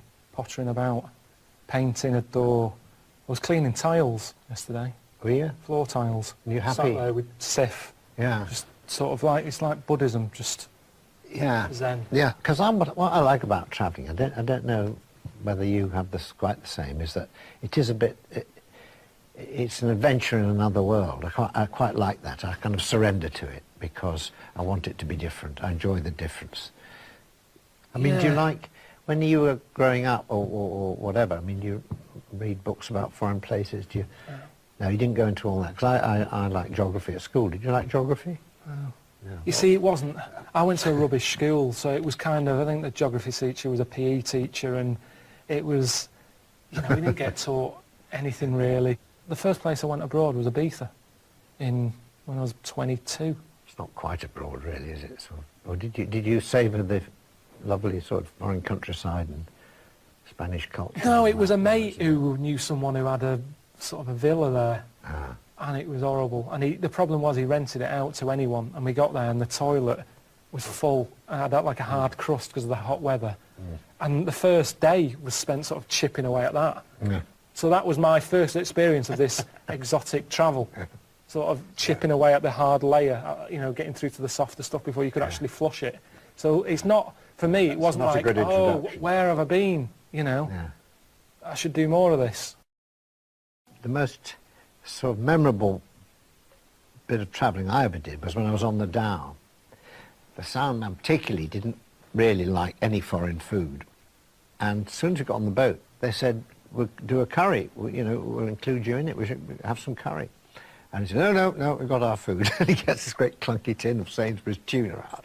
And so opens it, and it slides out this kind of wobbly, gelatinous mass, boom. And you just know what you want to eat. You want the curry, whatever's in it. Yeah, I suppose so. You don't want to eat something that's sat in a tin. Would you have eaten the Sainsbury's tuna? Probably. Yeah, you can still travel and pick up quite a lot from seeing the world without having to eat Without eating? food. Without eating their food. I don't see how you can do that. I think food is so important to get to know, get the feel of how people how people live, you know. I mean, No, but go you can to Japan see and it. not have sushi or sashimi, or go to China and, you know. But I did go to Japan and I saw, have you seen the little, I think they're called bento boxes? Oh, yeah, yeah. And they're about that big Yeah. and they look brilliant. Yeah. I mean, the presentation is amazing. They're like a little box of sort of Thornton chocolates. The way they look, you're going, oh, that looks Yeah, brilliant. yeah. But instead of sort of a coffee cream, you open it, it's sort of fish arse with a squid bollock shoved in. And you think that, as nice as that looks, it's still a squid bollock. But do you feel, you know, foods are very much a part of hospitality, isn't it? It's about the kind of, if you want to relate to the people you're meeting, you've got to sort of sometimes have the food they offer, because that's the first sign of hospitality, or the drink. It depends how much fuss. Sometimes I can sort of say, oh, I'm okay, thanks. And then they'll go, no, have some. And you go, oh, I ate, I've already eaten, I'm fine, you have it. Give it to your family, you know, don't worry about me. But then they keep pushing Yeah, it. of course they do. It's And, you know, important. in Jordan, it was an eye off a lamb. And they were going, because your guest have an eye. Well, I don't want an eye. No. You know, thanks for having me, but I Yeah. don't want it. And what was a worry was, it was a big pan with this lamb head in it. There was one eye. Where's the other eye? No. What condition was this lamb in? So, and then you're getting a vision of some manky old lamb with one eye, sort of, and one weeping. And I just thought, I don't want to eat it. You've got a very vivid Oh, imagination. it just, honestly, it was horrible. And everyone's sat Yeah, around, they're you all waiting, know, yeah. off the tits, they're all Yeah. smoking. So, eat the eye. Yeah. And you're thinking, these aren't local, these are nutters. But they're not nutters. They've been eating eyes for years, I should think, haven't What are they? they doing eating eyes? I don't know, you've had a lamb somewhere. Where's the rest of it? Why am I getting the head? I find toilets abroad, I was a bit sort of embarrassed about sort of, you know, doing a sequence where you go to the toilet, but people love that. They love it. I mean, Well, everyone does it. I mean, the Alan Wicker programmes and all that, we never say Alan Wicker going to take a dump, because No. it wasn't part of it. When we went to the toilet in the South Pole, and I sat there, and there was kind of blocks of ice had been dug around. You just sat there on the john, and you know, looked for 10,000 miles. You wouldn't be able No to see one. anything at all. Nobody at all. But I found that a lot easier, because I had the same thing there, and at least somewhere like that, with it being freezing, you don't get people out walking a dog, do you? You sort of think, I'll just have a shit in this gap. There's no one going to come wandering past, whereas in India, everywhere's busy. Even if you go down an alley, you think, I can go down here and empty my bowels, and there's a family of 12 living there or something. There's no gap, there's no space. While we're on it, squat toilets I quite like. Do you like those? Can't do it. Can't do it. Oh dear. But it's like my stomach's going, I'm not coming out. It's, you know, I'm not releasing anything. You're not sat on a seat. It's like a safety thing. I was trying it before I left on the trip before India. The first time I went, I knew that was going to be the case, and I tried it at home. I put out newspaper in the toilet. I didn't even tell my girlfriend. I just wanted to see if I can do it. Couldn't do it. Couldn't do it. Well, that's probably because you're at home and you put newspaper on the floor. It's actually sort of, whatever the word is, physically, it's a very good position I to be believe so. in. But for me, you know, the toilet thing is a big part of my life, in a way. It's something I do look forward to. If the day ever came that I had to have a bag, I think it's almost like that moment's been taken away from me. That just me in a little room, door shut. Yeah. It's me time. I always said that. It's a chance just to get away from everyone. Yeah. And people leave me alone when I'm in there, you know. Usually, I hope so, yeah. Yeah, but well, you'd be The surprised. publishers can't Well, ring you up the when you're on problem the is toilet. now- You don't have your mobile with you or not? I do, yeah. Do you now? God. Well, that's the closest I get to multitasking, that. Do you know the other week when I came up with, like, a different idea of how we can sort of make the world run and that? Can we just have a quick recap of that? Because I seem to remember it was a load of old arse. It was ridiculous. It was he was saying that the world is overpopulated, so the system would be where people were living too long and stuff. So what happens is people live till 78. I don't know how you can enforce that, right? Yeah. But when they die, they've got a little baby in their stomach, Right. like a pip in an apple, Yeah. that then carries on when they die. Right. It wasn't a theory. It wasn't an idea. It was the ramblings of a mental You're case. saying it's stupid, but someone's emailed in and said, oh, yeah, that's pretty good. Just saying, if that's a no, right, I've been thinking It is a about, no. What about if we do it the other way, right? Ah, go on. Somehow, I don't know how A yet. kid has an old lady? That's what it's going to be, isn't it? A child gives birth to an old man. No. What I'm saying is, right, Go on. work the other way round. Come on then. So if somehow we can inject something in like a body that's just died, right? Listen to this. Imagine this is notes. So when he hands it into the Nobel people, and they go, if there's a way that we can inject something, and they go, well, what? Well, I don't know the chemical formula, but something HO2. Right. So anyway, so you inject it in the temple. He's narrowed it down to the temple. So what happens? She sort of wakes up, Amazing. right? And she works the other way. So, like, she might be 77. Yep. And then she'll have a birthday, she's 76. And she's working that way. Right. If you know what I mean. Okay. Are you with me? No, keep it. Because the thing is, you've got... I'm really scared. Yeah. I'm really scared. This is the maddest thing you've ever said. This is madder than the old lady with the pip like an apple in her belly. It sort of did work. No, it didn't work. It worked in your head. It's like a dream that you wake up and go, oh, I've got a great theory. This is it. Let me just tell you the ending, because the endings works out a bit better. Go on. What I'm saying is, when you die, at the age of... 78. 9 months... What? At the age of 9 months, because that's when you come out. What do you mean when you die at the age of 9 months? You're not scared of dying because you're now a baby, so you don't know what's going on anyway. So there's no fear. So you missed out a bit here. So this woman, literally gets younger and younger? I think when she's in her 20s, she's in her old age, Rick. Yeah, but it doesn't matter because that's the fun part of your life, isn't it? When you're 20 and you've got all your energy and that. So before you die, you're actually having a good life, rather than it being the other way around. But does she do different stuff than she did on the way up? Because she's already lived 78 years, hasn't she? Don't forget. She was a baby once, and she grew to 78 years, then someone stuck a needle in her head and said, right, back you go. No, we'll forget all that bit. Forget all that bit. How do we forget that bit?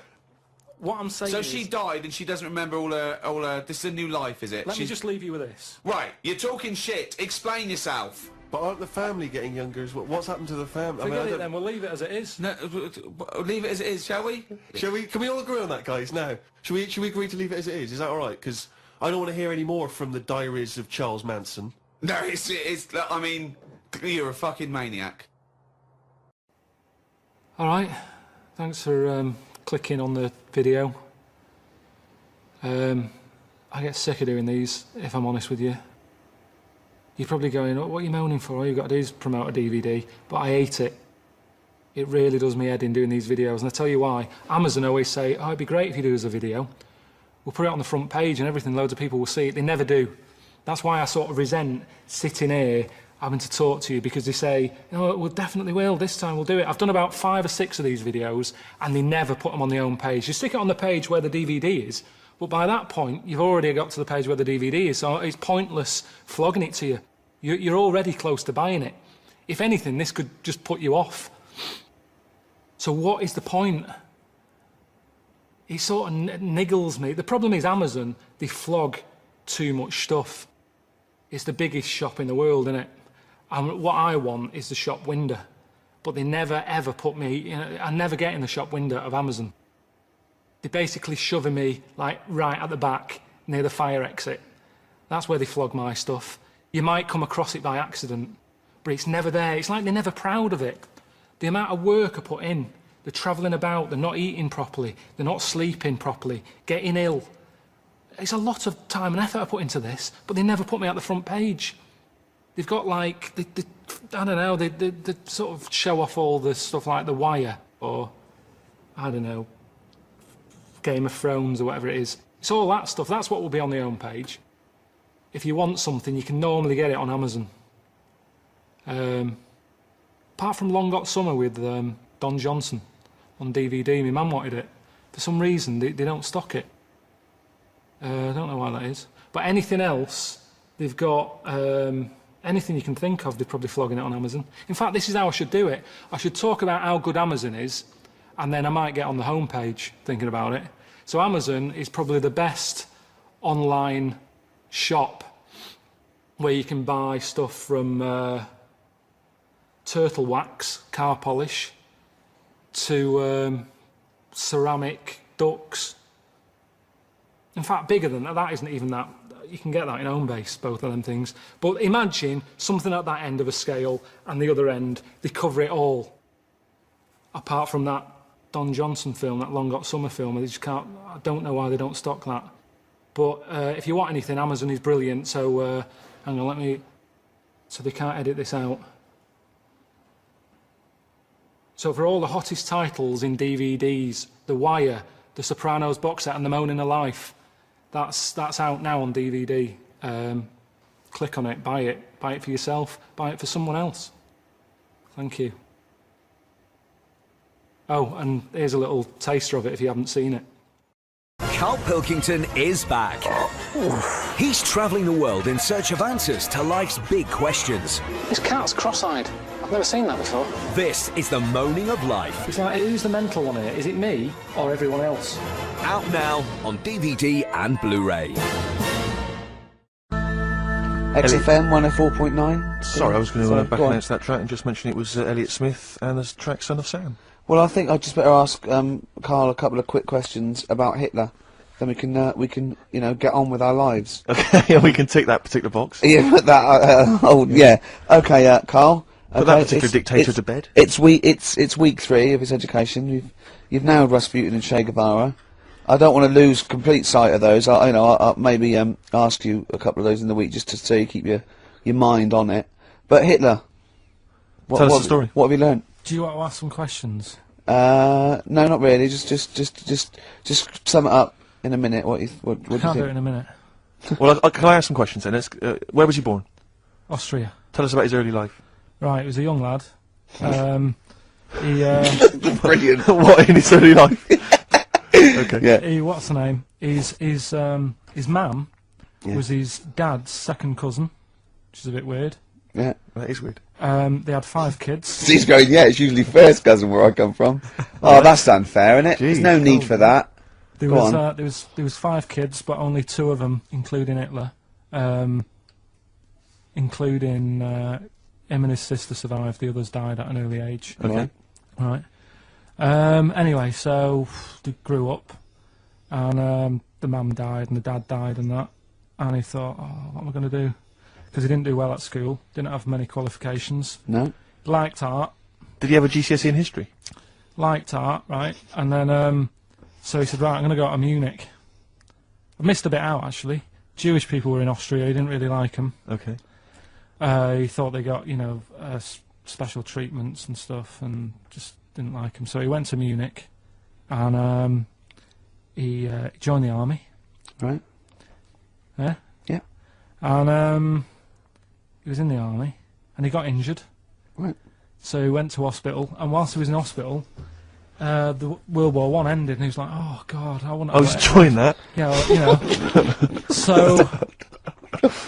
Don't, because you're breaking the concentration. Yeah, sorry. I'm not even sure I want to join in on this one, just in case. Okay. Right, go on. Right, so... he was in hospital. World War in hospital. It gets a bit better. He's never that fit, though. He's one of these blokes who was always ill.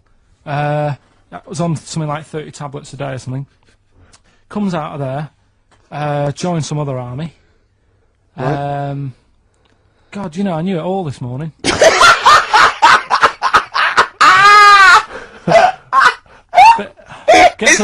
I can see it running to ground.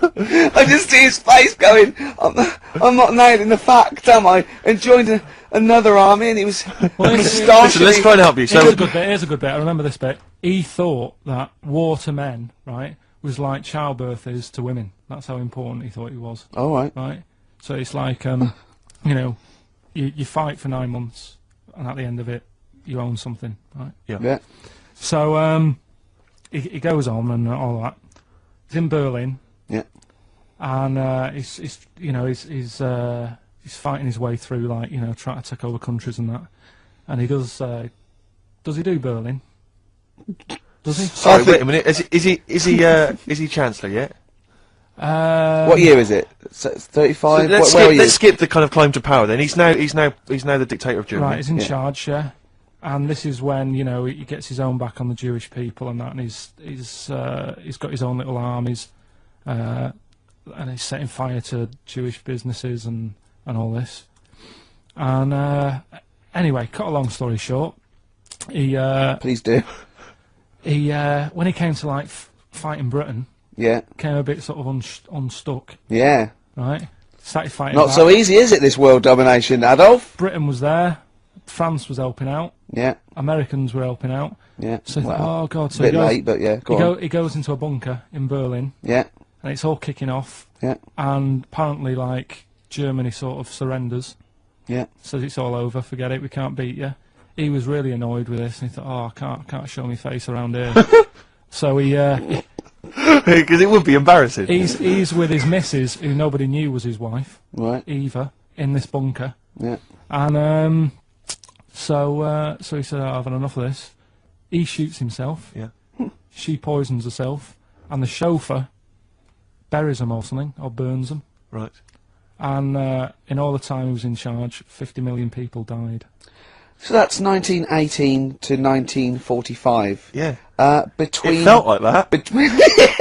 Between Travis and the Red Yeah. Hot Chili Peppers.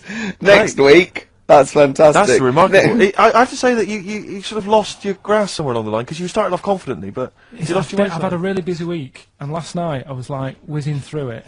Sure. And then this morning I woke up, and you know, Suzanne had been away for about 3 days, right? Yeah. I hardly spoke to her. She's been busy, I've been busy. First thing to say when I wake up, oh, just ask me some stuff on Hitler.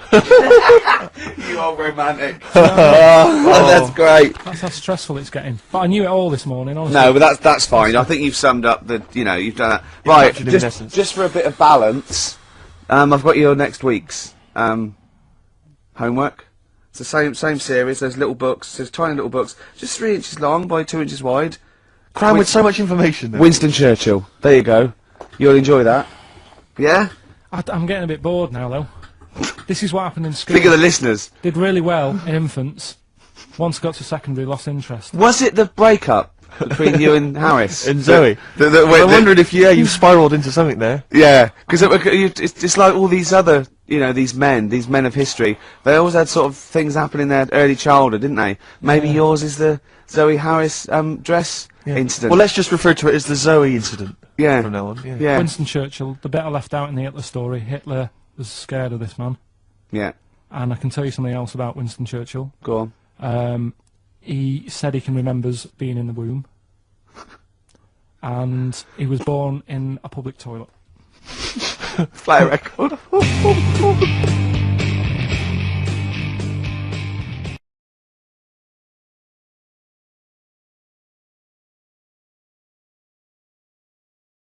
Did it with his feet. Go on. Well, it's just, why pick the most hardest job to do when you haven't got any hands? Crush grapes. Or... Do you know what I mean? That annoys me. Oh, crush grapes! Imagine him being told that. They're two different people. This is what I'm telling you. But this is the problem, they're going to crop up quite a lot just because they've got double a chance. Alright? Oh, please don't write in and complain. He'd know. So, followed it round and see it having it away. Turns out, little prostitute.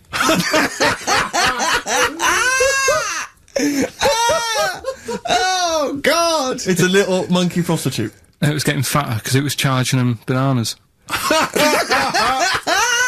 What a load of old rubbish.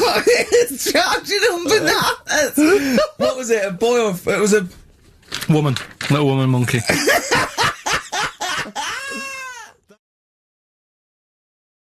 Well... The bit I haven't told you about is it's actually run by a couple of chimps.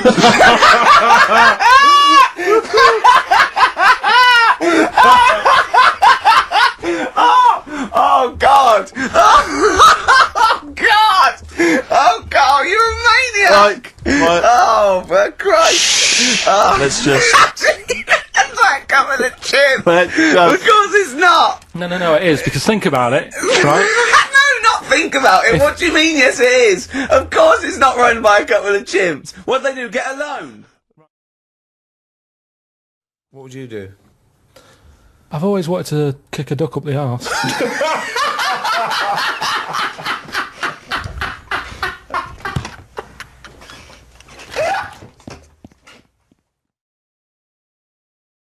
was a chimp. They weren't happy about it. Of course not. Because now the owner of the chimp wants to enter it into the Tour de France.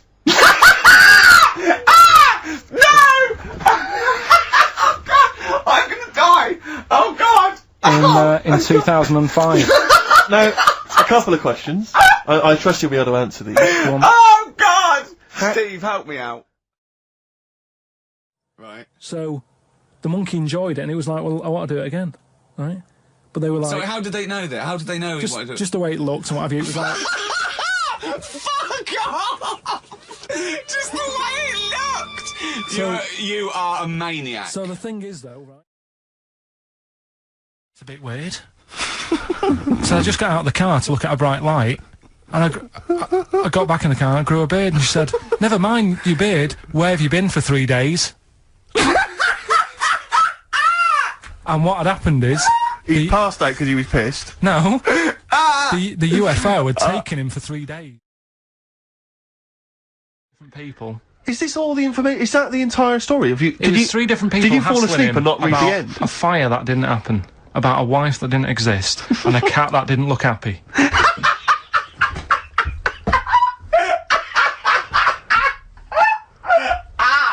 Oh, I'm gonna have a heart attack, Carl. It's a popular You thing. mean, you mean the kids that are born hairy? No, there's kids who've been born hairy, right? Yeah, that's it.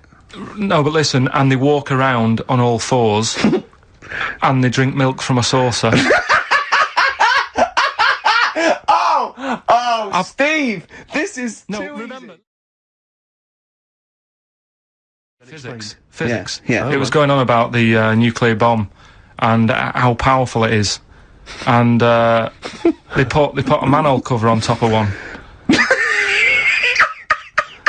Okay. Blew it up. Yeah. Never saw the manhole cover again.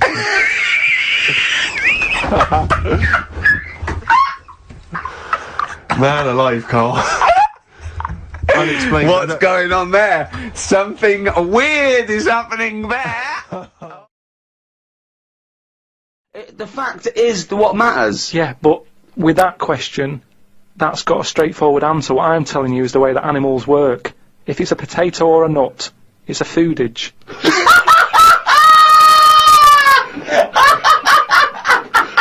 And once again, I return you to my question as before. What's your point? What point were you making?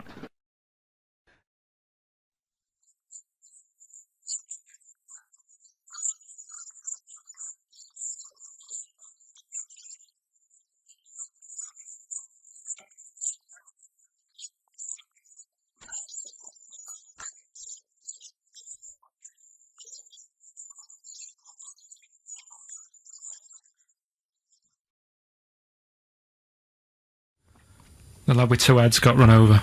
That's it. What? How is that cheeky freak of the week? Just because it got my interest, and I kind of thought, why didn't he just look both ways?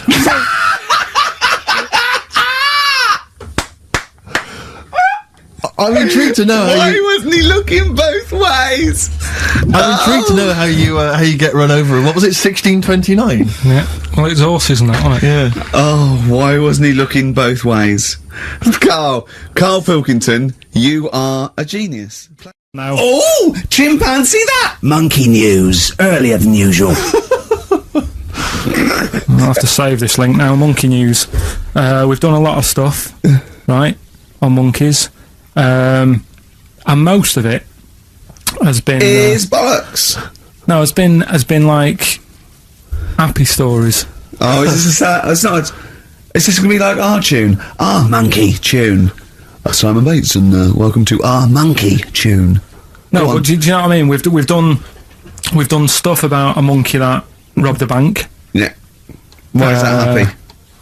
He had a great life after that. Right? What, in Marbella? Yeah. Right, we did the one who saved someone's handbag in a railway station. We've had a lovely marriage, couple of marriages. Couple of monkey marriages. Yeah, yeah. There was the one who got a job in a railway station. Yeah, the hairdresser. The one who set up a business in Spain. I don't even remember that one. But, I'm willing to believe that happened. Go on then, Carl. But anyway, yeah. So today's isn't that happy really. It's about some monkey. I think it was a chimp. Who's an ape? Go on. It tried to. I mean, the story set us off at a sort of a weird thing. Yeah. It's something about he went to Russia to do some business. What are you talking about, Carl? It jumped past that bit though. It didn't start there. What? Do you know what I mean? It didn't tell you what he was doing. It just said, "There's this monkey went to Russia to do some business, do some stuff. I don't know. Bit of monkey business." And anyway, didn't work out. So they were furious. We wanted a surgeon. You send us a monkey. Anyway, ended up being homeless. Oh no! So it's taken a turn for the worst. What? Couldn't even get into like a tree hostel or anything like that. That's the problem. And God! Ended up homeless. Got in with some tramps. I don't know where to start. Come on. Yeah, so he's knocking about with some tramps and stuff. Sharing drink and what have you around a little fire. They broke into some home, sort of squatted. Right, so I'm not homeless anymore. Problem was, he had a roof over his little area head. Yeah. And he goes, "Oh, this is good. This is we're having a good time. This is sorting me out." Yeah. He had his He said mate. that in Russian though. But what was he eating? I don't know. It didn't say. But they're in this house. Well, he could only be eating sort of like fruit, nuts, vegetables. They classically sort of don't eat pork pies and. But they've got drink McDonald's coffee. in Moscow now, so sure you probably chow down on that. Yeah. Anyway, there was a bust. There was a bust in the flat that they were squatting in. All the other tramps sort of knew what was going on, legged it, left little chimps out there, got arrested. And they thought it was a real fella at first. They were like, get him, he's obviously just a scruffy bloke who hasn't had a shave and stuff. Yeah. Hasn't shaved his back for a while. Or his face. yeah. His head. Got him down the station, and the boss was like, "What's going on here? We've got a monkey here." He was like, "What?" So you arrested the monkey. Well, so the arresting officers hadn't noticed all the way to the station that he kept slipping out of the handcuffs and was going for the entire journey. They didn't notice till they got there. What, did they put a hood over his head maybe and just like, I don't know. I'll give you the story if you want. There's the headline. What is it? What's the headline, Steve? I don't want to see it, but... The headline, this is once again from supposedly reputable news organisation Ananova, homeless monkey arrested in Russia. Did you read on, or did you see the headline and make up that whole story? Most of it is there. What isn't there? What bit isn't there then? No, I think Steve can have a look over it, check it out and stuff. Point out the embellishment for me, Steve, will you? Well, what it doesn't say is that the police didn't realise it was a monkey. That's what I was guessing. Really? That they got it back and said, "What are you doing? We've got a monkey here." And they go, Yeah. Oh, God. There's some more monkey problems in the week. Have you seen the Alfords advert with monkeys in? No. There's a new advert out for Alfords selling bikes and stuff. Yeah. Got some monkeys in it. It's caused an uproar. Why? People are saying it's, dressing them up in tracksuits and that is, taking the mickey out of Manchester. Just, it's not nice for the animals and that. So there's been loads of complaints about it. Will they get a free bike or something, do they, I imagine? I think they kept the tracksuits. Yeah. Shall I record that's after this cheeky freak of the week? No, I'm just saying we're not doing this to sort of, again, take the mickey out of the animals and stuff. These are true stories and that. But yeah, coming next, freak of the week.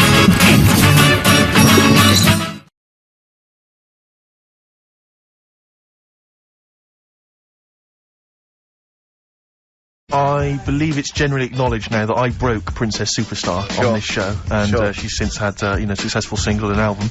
I'm trying to do the same here with Nerd. In Search Of is the name of the album, released on April the 8th, or should I say re-released. Some of us had it a while back, Rick, you may recall. They've obviously worked as hip-hop, you know, remixers and producers with Jay-Z, with P. Diddy, with Khalees, ODB. Khalees features on the album. That was called Things Are Getting Better, and it's dynamite. It's worth getting. I've been trying to break Bob Dylan, haven't I, and Radiohead and all those. Yep. How are you getting on? Alright, they're doing well. Make It With You. Great track, isn't it? It is a good track. You can't argue with that. I think Bread defy slightly my test, don't they? The Ladies and Gentlemen, Please Welcome to the Stage. Because Bread is a pretty awful name, and yet obviously they were very successful. Oh, they're pretty big. I think yeah. You're not confusing it with the sitcom. I'm afraid I often Joey. do. I always associate the two, and that's never a good thing. Yeah. Game's getting hard, 'cause someone's dealing you a losing card. Was that recorded by Bread? I think so, the cast of, yeah, I think so, yeah. Right. Win it. So the game's going, yeah, something like that, yeah. Bread. Bread. I bet you love. Look at his face lighting up. Did you like Bread? You tell him an Aesop fable, he's not interested. You sing the theme to Bread. Yeah, little manx, like the scally sort of Scouser sort of ways. Manx don't like the Scousers. Why not? Why can't they live together? Why can't they all live together? I tried, and then when I went to, where's that place they have flies the size of, you can't get them in a matchbox? Well, most newsagents don't put flies in matchboxes. I mean, what do you mean you can't get them in a matchbox? You mean buy them at a tobacconist's? No, I remember being there and thinking, God, the flies are big here. What? I can't remember, but anyway, there was a Scouse bloke there. What, a country? Or Yeah, abroad. Right, and okay. Flies are massive. And there was a Scouse bloke there, and I was quite happy to let things, you know, we don't get on, but I was like, I'm on holiday, we're in the same town, let's get on. Yeah. And he couldn't stand me. Name was Alan. I think he lives in London now. Couldn't be doing with him. What did he do? He just was like, oh, I bet you like Man United, and it's like, well, yeah. And it's like, oh, they're rubbish. And going on about, my town's dark. It's like, well, when did you go? If it was the winter, it would have been. Yeah. He's an idiot. Well, I'm glad you got that off your chest. I've never seen Carl like this. He was annoyed there. I say, Alan, if you're listening, you've really riled Carl. You do not want to get on the wrong side of Pilkington. Anyway, that's pretty much it, isn't it, for this week, Carl? That's a lot. It is indeed. What's your song? Yeah, song for the ladies this week, taking on from your Bread, really. Same kind of low, you know, acoustics kind of sound. It's, Kings of Convenience, Toxic Girl, beautiful track. Just got time for this. Bye-bye. See you later. See you next time. Yeah. Doves, caught by the river. People are going to think you're thick, Carl. Well, they can think what they want, because if they do their own research, they'll probably find the story. Because it won't have happened that many Carl, times. think about it. I mean, how could an old woman have a pork chop stuck to her ass for 5 years? She said she couldn't remember even making one, so she was as surprised as the doctors were. But, hold on though, she presumably must have sat on it naked. Yeah. Didn't that bring back any memories? I know it's weird, but... Carl. But why would it stay there? Why wouldn't it fall off when she had a bath or a shower? Grease! What about a bath? But why didn't the doctor realise that when he first looked at it? Yeah. Was he not paying attention when he said, I think it's a tumour? Carl, listen, think about it. A pork chop stuck to your ass for 5 years. You're naked, you sit on a pork chop, you go, nothing. Yeah, I know, there's nothing weird about that. I can't feel anything. Even if you had a dead leg, the time you that pork chop, what else you got dressed? Well, she might have not have done that much. She's old, she probably just sat down and didn't move for a bit, and over time it's stuck, and then... What do you mean over time it's stuck? Do you think the longer something there, the more it stays there? Look, I know that's why the pork chop goes, well, we've been here a year, Ricky, we're not going to move now. It. I don't think we're going to move now, but I'm quite, you know, attached to this buttock. I think I'll stay here for another 4 years until some doctor works it out. I love the idea they got her into hospital, they gave her the bed baths, they got her ready for the operation, they laid her out. They were just right to take get the scissors or the knife, make the incision, hang on a minute.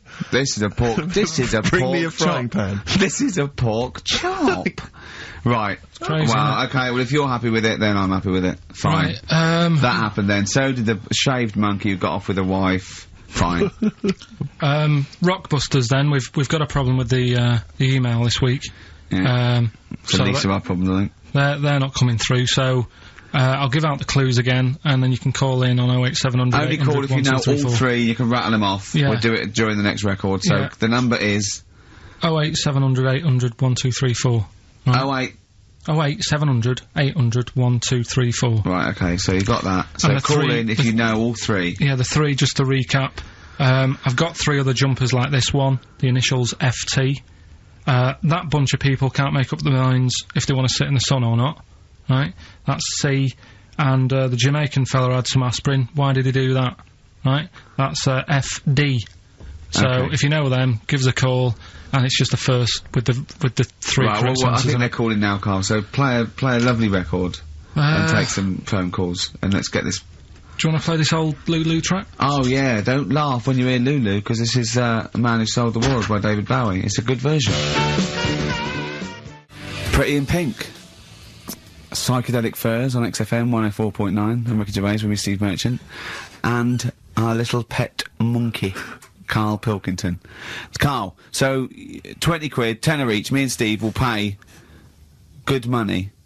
All right, we'll see you all right. I reckon even Andrew Phillips, the head of XFM, would probably give you an extra 20 quid if this is entertaining as I think it will be to the listening public. Just undo my lace, and Steve are going, Carl's now just gently undoing the lace. Yeah.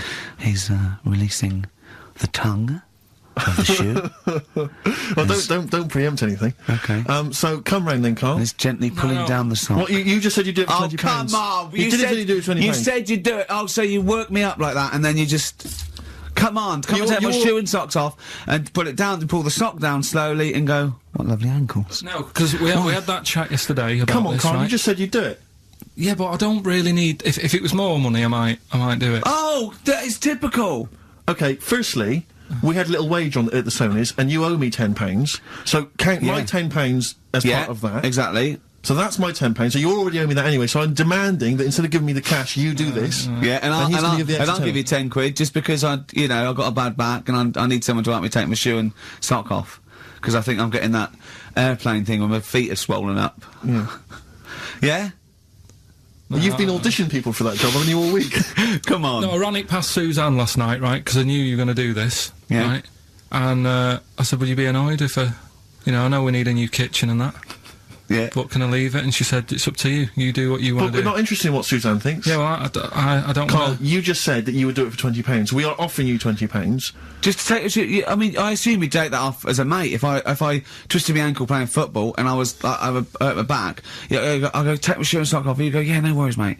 I assume you'd do that for a mate who'd hurt his ankle. Yeah, but it's not the same, is it? Toya bound Wayne Sleep's foot when he was bouncing on his bed and hurt his ankle. She didn't expect money from it. She didn't want Sleep to pay out money.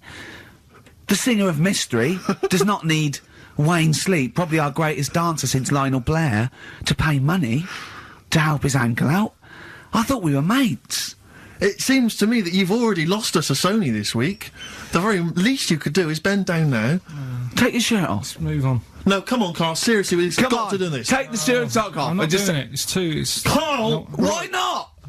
I'm so angry. Yeah, because you said you would. You've welched on the £1,000 showering with Johnny. Johnny doesn't even know about this, so Johnny's probably lost out on money. I suppose you'd split some up with him for having the shower with you to get you the money in the first place. So... The problem is this, Carl. People now are listening, expecting to hear this. That's why we didn't win awards, because you'd never go through with it. You've promised them something and you're not going through with it. Play a record. You're just like all the girls I speak to. That's Across the Great Divide from the band. Rick, I bought a little treat for myself today. I've been meaning to buy these ever since I moved to London. Yeah. I'm sure everyone listening has seen them. Maybe you don't have them in your own collection. Carl, I don't know if you've come across them in the past. But it's the postcards. Now, most of you, if you're a tourist in London, you see the postcards there. I think there's one with a punk, isn't there, with green hair? Yeah, from 1977. Yeah, I think there's one which is like probably... it's probably a grandfather now. Probably something like A View from London at Night, and it's just black. Oh yeah, that's a classic. I'm a fan of the baby covered in spaghetti. Yeah, that's brilliant. Brilliant. That happens a lot in London and the old East End. Get the baby out. Where's the spaghetti? Yeah, brilliant. A wonderful memory of London. Yeah, But I was thinking to myself, how would I best want to remember London? Yeah. If I were a tourist from Prague, maybe. Exactly. You're a tourist from Prague. You want to send something home to your nan. To your nan. To Mama Dragowski. Exactly. Who's sitting at home eating beetroot. Yeah. You you want to say, I've been to London, I've been to the home, the birthplace of some of the great names. Dickens. Dickens, yeah. I've seen Big Ben, I've seen the Houses of Parliament, I've seen the wonderful things. The best way for me to remember that is a picture of a woman's breasts with pictures of cats painted on them. They are the most grotesque things. You've seen these before, Carl? They're awful. You can find these on any postcard stack. It's just a woman's breast drawn a face on it. I think it is that all the breast from London. So there's all the breast from London, and the other one, Carl, I think you've got there. What does it say? What's the little tag? We're a couple of swells. We're a couple of swells. But it's just. When were that? I mean, they've been around for as long as I've been in London. I just don't know. I don't know who took them. Maybe the woman. I should just point this out, incidentally. If you've not seen them, don't think that it's a topless woman. It's just a disembodied breast. Yeah. Or in the case of a couple of swells, two breasts. I know. And it's just awful. It looks like a snapshot. But what worries me is that what happened was that she was probably the equivalent of Karl, and she had two mates, and they went, look, how much would it, if we take your breast, how much would we do it for? 20 quid. Yeah. And they took a picture. Yeah. And, right. How much would it cost for us to paint some faces on them, and then take a picture? Yeah.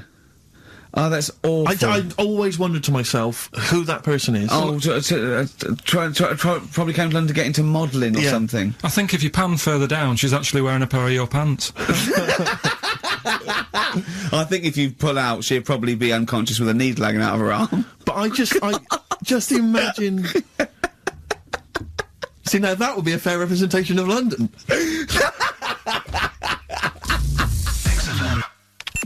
XTC and senses working overtime. In the present climate, they should be happy with the work. On XFM 104.9, I'm Ricky Gervais, with me Steve Merchant and Karl Pilkington. Karl, you're poised there. I know what you're dying for. I know what you're dying to do now. You're dying to play some adverts, aren't you? XFM. Radiohead. They're their new single. Nice. On XFM 104.9. Now listen, some DJs are a little bit lazy.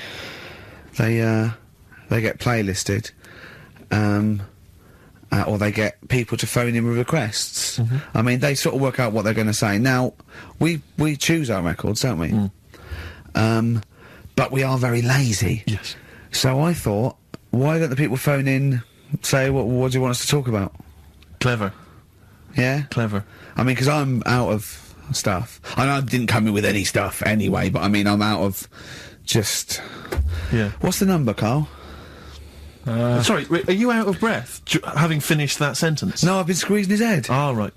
Fine, as long as there's a decent reason. What I do, my technique, I'm only allowed to squeeze his head between 1 and 3, aren't I, Karl? Yeah, that's right. And what I do is, I get ready, there's one I do the clamp, either side of the temple, and I squeeze. And that's dangerous, because I think the head isn't as strong that way, so I don't go too fast. But then when I put one on the forehead and one on the back of the head, and I squeeze, I go really hard, don't I? So do call in with stuff to talk about on 08700 800 1234. See, I don't know what Dr. Fox is talking about. I can't believe any of the award winners have ever spoken about the various techniques to use while squeezing a person's head. And then phone in, what should we talk about? Last tune from us this week, the Eels, Novocaine for the Soul, at FM 104.9. Yeah, you've been listening to Ricky Gervais, Steve Merchant and Karl Pilkington. Karl, been a good show. Well, I hope you've learned. What have you learned? What have you learned from the last 2 hours that you'll take away with you?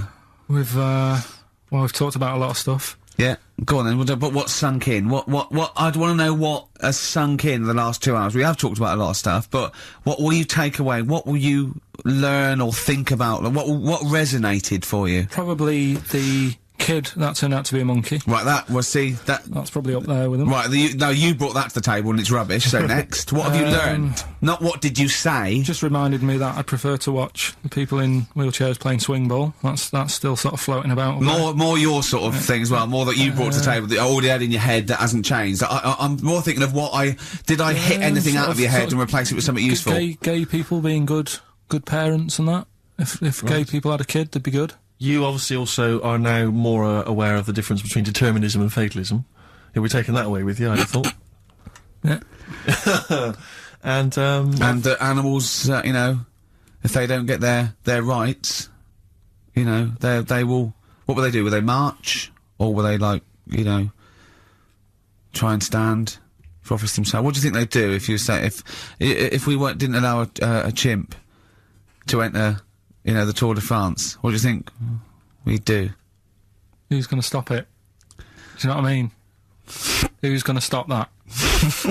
I mean, you're asking me if I'd be president, what would I do? Yeah. That wouldn't be high up on the list to sort out. I'd say let the kid have a go. Do you know what I mean? Let him have a go in the race. What harm is it doing? Not a kid, though, is he? A chimp? Well, you know what I mean? Can I also just remind you of something else we've learned today? What? This is from the listeners. Turns out Chris Moores is a bit of a prick. Right. See you next week. Yeah. XFM. All right. Here we are then. 1 o'clock. Yeah. Hey. XFM. I'll tell you what you should play. No, I'll tell you what, before you say, Yeah. we're back then. Yeah. We're back in town. Well, that was what I was going to say. You should play Boys Are Back in Town. No, this is Boys Are Back in Town. You should play that then, by Just a sec. That's Michael Stipe and his boys from Rapid Eye Movement. Bad day, I hope you're not having a bad day. It's Saturday, it's 1:05. I'm Ricky Gervais, with me Steve Merchant and Karl Pilkington on XFM 104.9. Big up and a big thank you to Alex Zane for the last 3 hours. I could do How it. long could you keep going with That's that? it. That's it? That is it. Because you see, Alex Zane, we came in while he was doing his last link, and he's an absolute pro, he really is. I was watching him, and he was, at home, you probably think that he's giving you his full attention. He's not. He was looking through a listings magazine, probably figuring out what movie or theatre piece he's gonna check out, you know, with a lady later. Yeah. Probably gonna cruise down there with a couple of, you know, chicks. And he really is an absolute pro. Yeah. Looking at you, Ricky, and it's like you can sustain it for a while. Yeah. You know, you're a talented performer, but it's sort of, I don't know what it is. Is it concentration with you? It just ebbs away almost instantly. And you try and do 2 things, 3 things at once, but normally on air that's you eating, picking fluff out of your belly button. I never once, when we were on the set, we were filming The Office, and I'm trying to put off actors, just coming up ways, instead of, like, member lines, coming up ways to sort of ruin the shot or make them laugh. And you came out and went, Rick, it's like having your own TV show isn't interesting enough for you.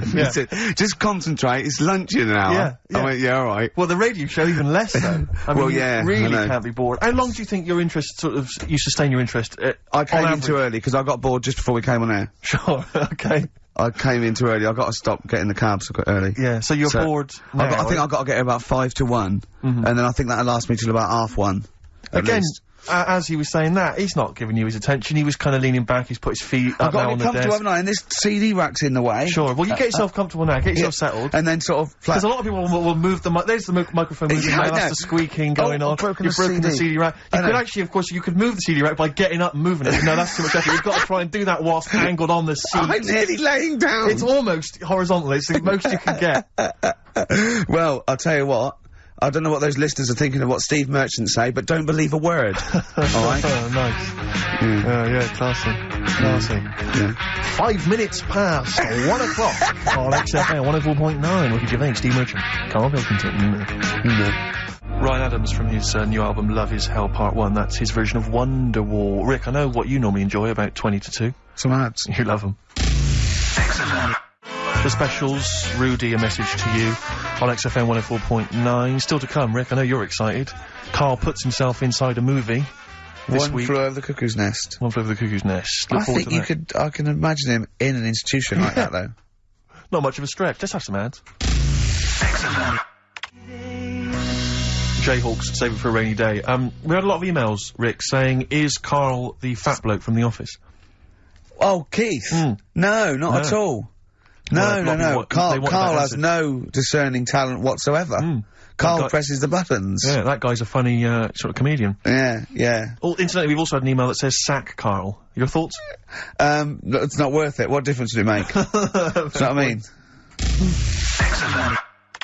So Alive, Ryan Adams on XFM. We're here by ourselves. Where's Karl, Steve? Well, if we can get through this link, Rick, there's no need for him whatsoever, because I'm manning the desk, you're over there, providing the shtick and the comedy, the laughs, the entertainment. Karl is making us a cup of tea, but he was too late for that even. You know, he's providing very little for the show. I think he's threatened to bring Rockbusters back for one last time. Looking forward to that enormously. Yeah.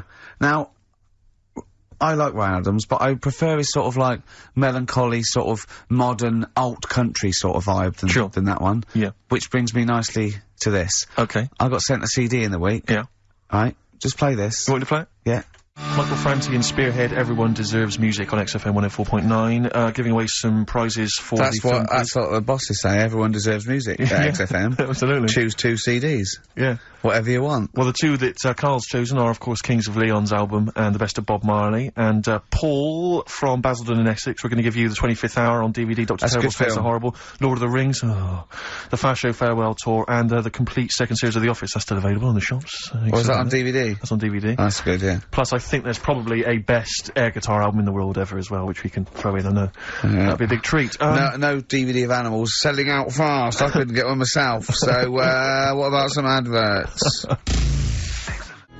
Rick, I know you like to occasionally share your musical tastes with the audience. Yeah. And, you know, just talk about what you're raving about at the moment. Yeah. But I can't get enough of this Bright Eyes album. I'm wide awake. It's morning. It's brilliant. Beautiful. It's beautiful. There's so many great tunes on there. It's one of those albums where it actually holds together as an album. You want to listen to it from the beginning to the end. It's dynamite stuff. I'd say go out and buy it. Oh, I recommend it to anyone. Talking of going out and buying stuff, Rick, remember... Well, you wouldn't know about that. Well, no, this is why I had to put out that appeal for free stuff. And, you know, we did mention that at the beginning of the first show. Yeah. Because, you know, we don't tend to get sent a lot of the usual kind of treats that a lot of radio stations and radio DJs get sent. Certainly we never get sent music, Rick. I mean, we're probably one of the only DJs on this station that's allowed to play their own records. We're totally unplaylisted. No one ever sends us any records. I know, it's unbelievable. But we do get sent now, I'm pleased to say, some other stuff. And people are now beginning to see that, yes, if you do send us stuff, we will shamelessly plug it. We've just been sent the book of British hit singles and albums. That's a proper the new gift. edition. A great gift That is not a CD from an unknown band who pressed it in their garage. Yeah, exactly. That is, you know, that is not a, will you review this book I've done about the history of punk? That is a lovely, I could easily give that as a gift at Christmas time and someone would think that... Now you're thinking, exactly. you're thinking you've saved 25 quid there, aren't you? Easily. Well done. Well, look, I mean, it's a lovely day and, you know, if anyone's thinking of having a barbecue, could I suggest a lovely Banrock Station wine? Okay. If you don't know about, let me tell you about this. You know Tony Sharley, the manager of Banrock Station. Oh yeah. Well, he comments, being an Australian wine brand, we are very much pro the outdoor way of life, enjoying a barbecue with a bottle of wine amongst friends. Here, here. I agree with Tony Sharley, and it's a lovely, lovely now, do they fruity do both little... red and white wine? I think they do, but I mean, I love the full-bodied taste of the Banrock Red with maybe a fish dish. Absolutely. Although I've made an error. What am I doing drinking red with fish? Oh, come along. Well, I tell you, if you've perhaps finished the barbecue, but you've got some guests round, the night is, you know, it's still a balmy evening, perhaps you'd care for some Hope and Greenwood confectionery. I would love some. What sort of things are involved in that? You've got some delicious chocolates from Hope and Greenwood. They do make, and they, as you can see here, there's a wonderful presentation box. That is lovely. So if again you need perhaps to take a gift to perhaps a wedding or you know, someone else's kind of barbecue party, then you know, I'd have thought a lovely bottle of Banrock Station and some Hope and Greenwood would be the ideal. And if you've got anything to shamelessly plug, we've only got 2 weeks left, so please send things that are worth it, things we can drink, eat, you know. Please do send it in soon. XFM.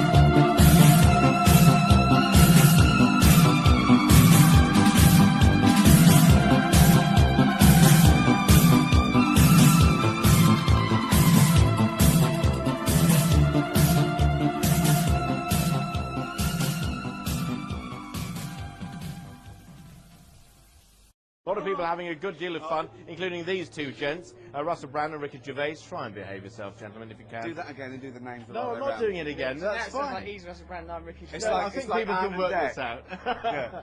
I think people can work it out. The short one and the tall one, so don't worry about that. Now, as far as you're concerned... Which is which? I don't know, I haven't worked that out yet. As far as you're concerned... That's his attack. That's his first attack on you, Ricky. What's he going to say about me? Right. Okay, should we talk about something else now? Yeah, go on. Okay, climate change, all right? Okay. Are you here tonight just to enjoy the content? I'm not here tonight. To do the job?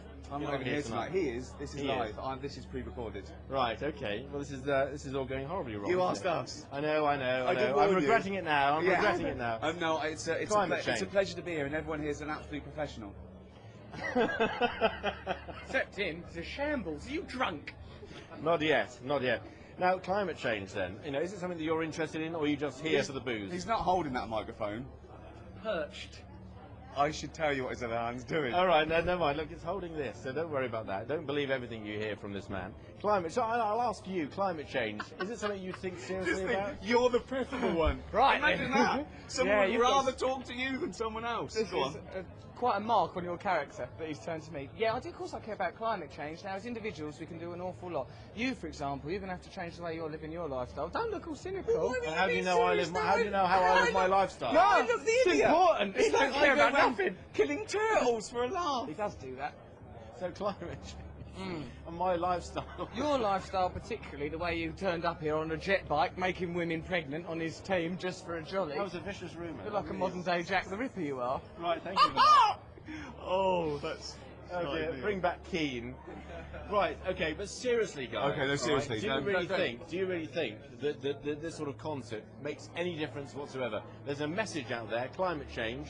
You guys are here having a good time. Everyone else is in the audience. Do you think it's a good idea? It does make a difference because a lot of the acts were flown in by private jet. So that's added to the emissions no end. Right, okay, so it's a bad thing then? I just want people to let Nelson Mandela go. Yeah, get him out. And Maggie. Let Mandela go. And Charlie from Big Brother. Charlie's got to be freed sooner or later, one of these days. Well, yeah, I think if all of us as individuals do the occasional thing, like me now, I can make you happy. There. You see, it's made a little difference to the world. By doing small things, we can make a difference. We don't have to do a big thing. Like him. I think that's right. I don't clean my teeth now and let the tap run. I don't do that. No, exactly. I don't clean my teeth. I recycle. But I don't.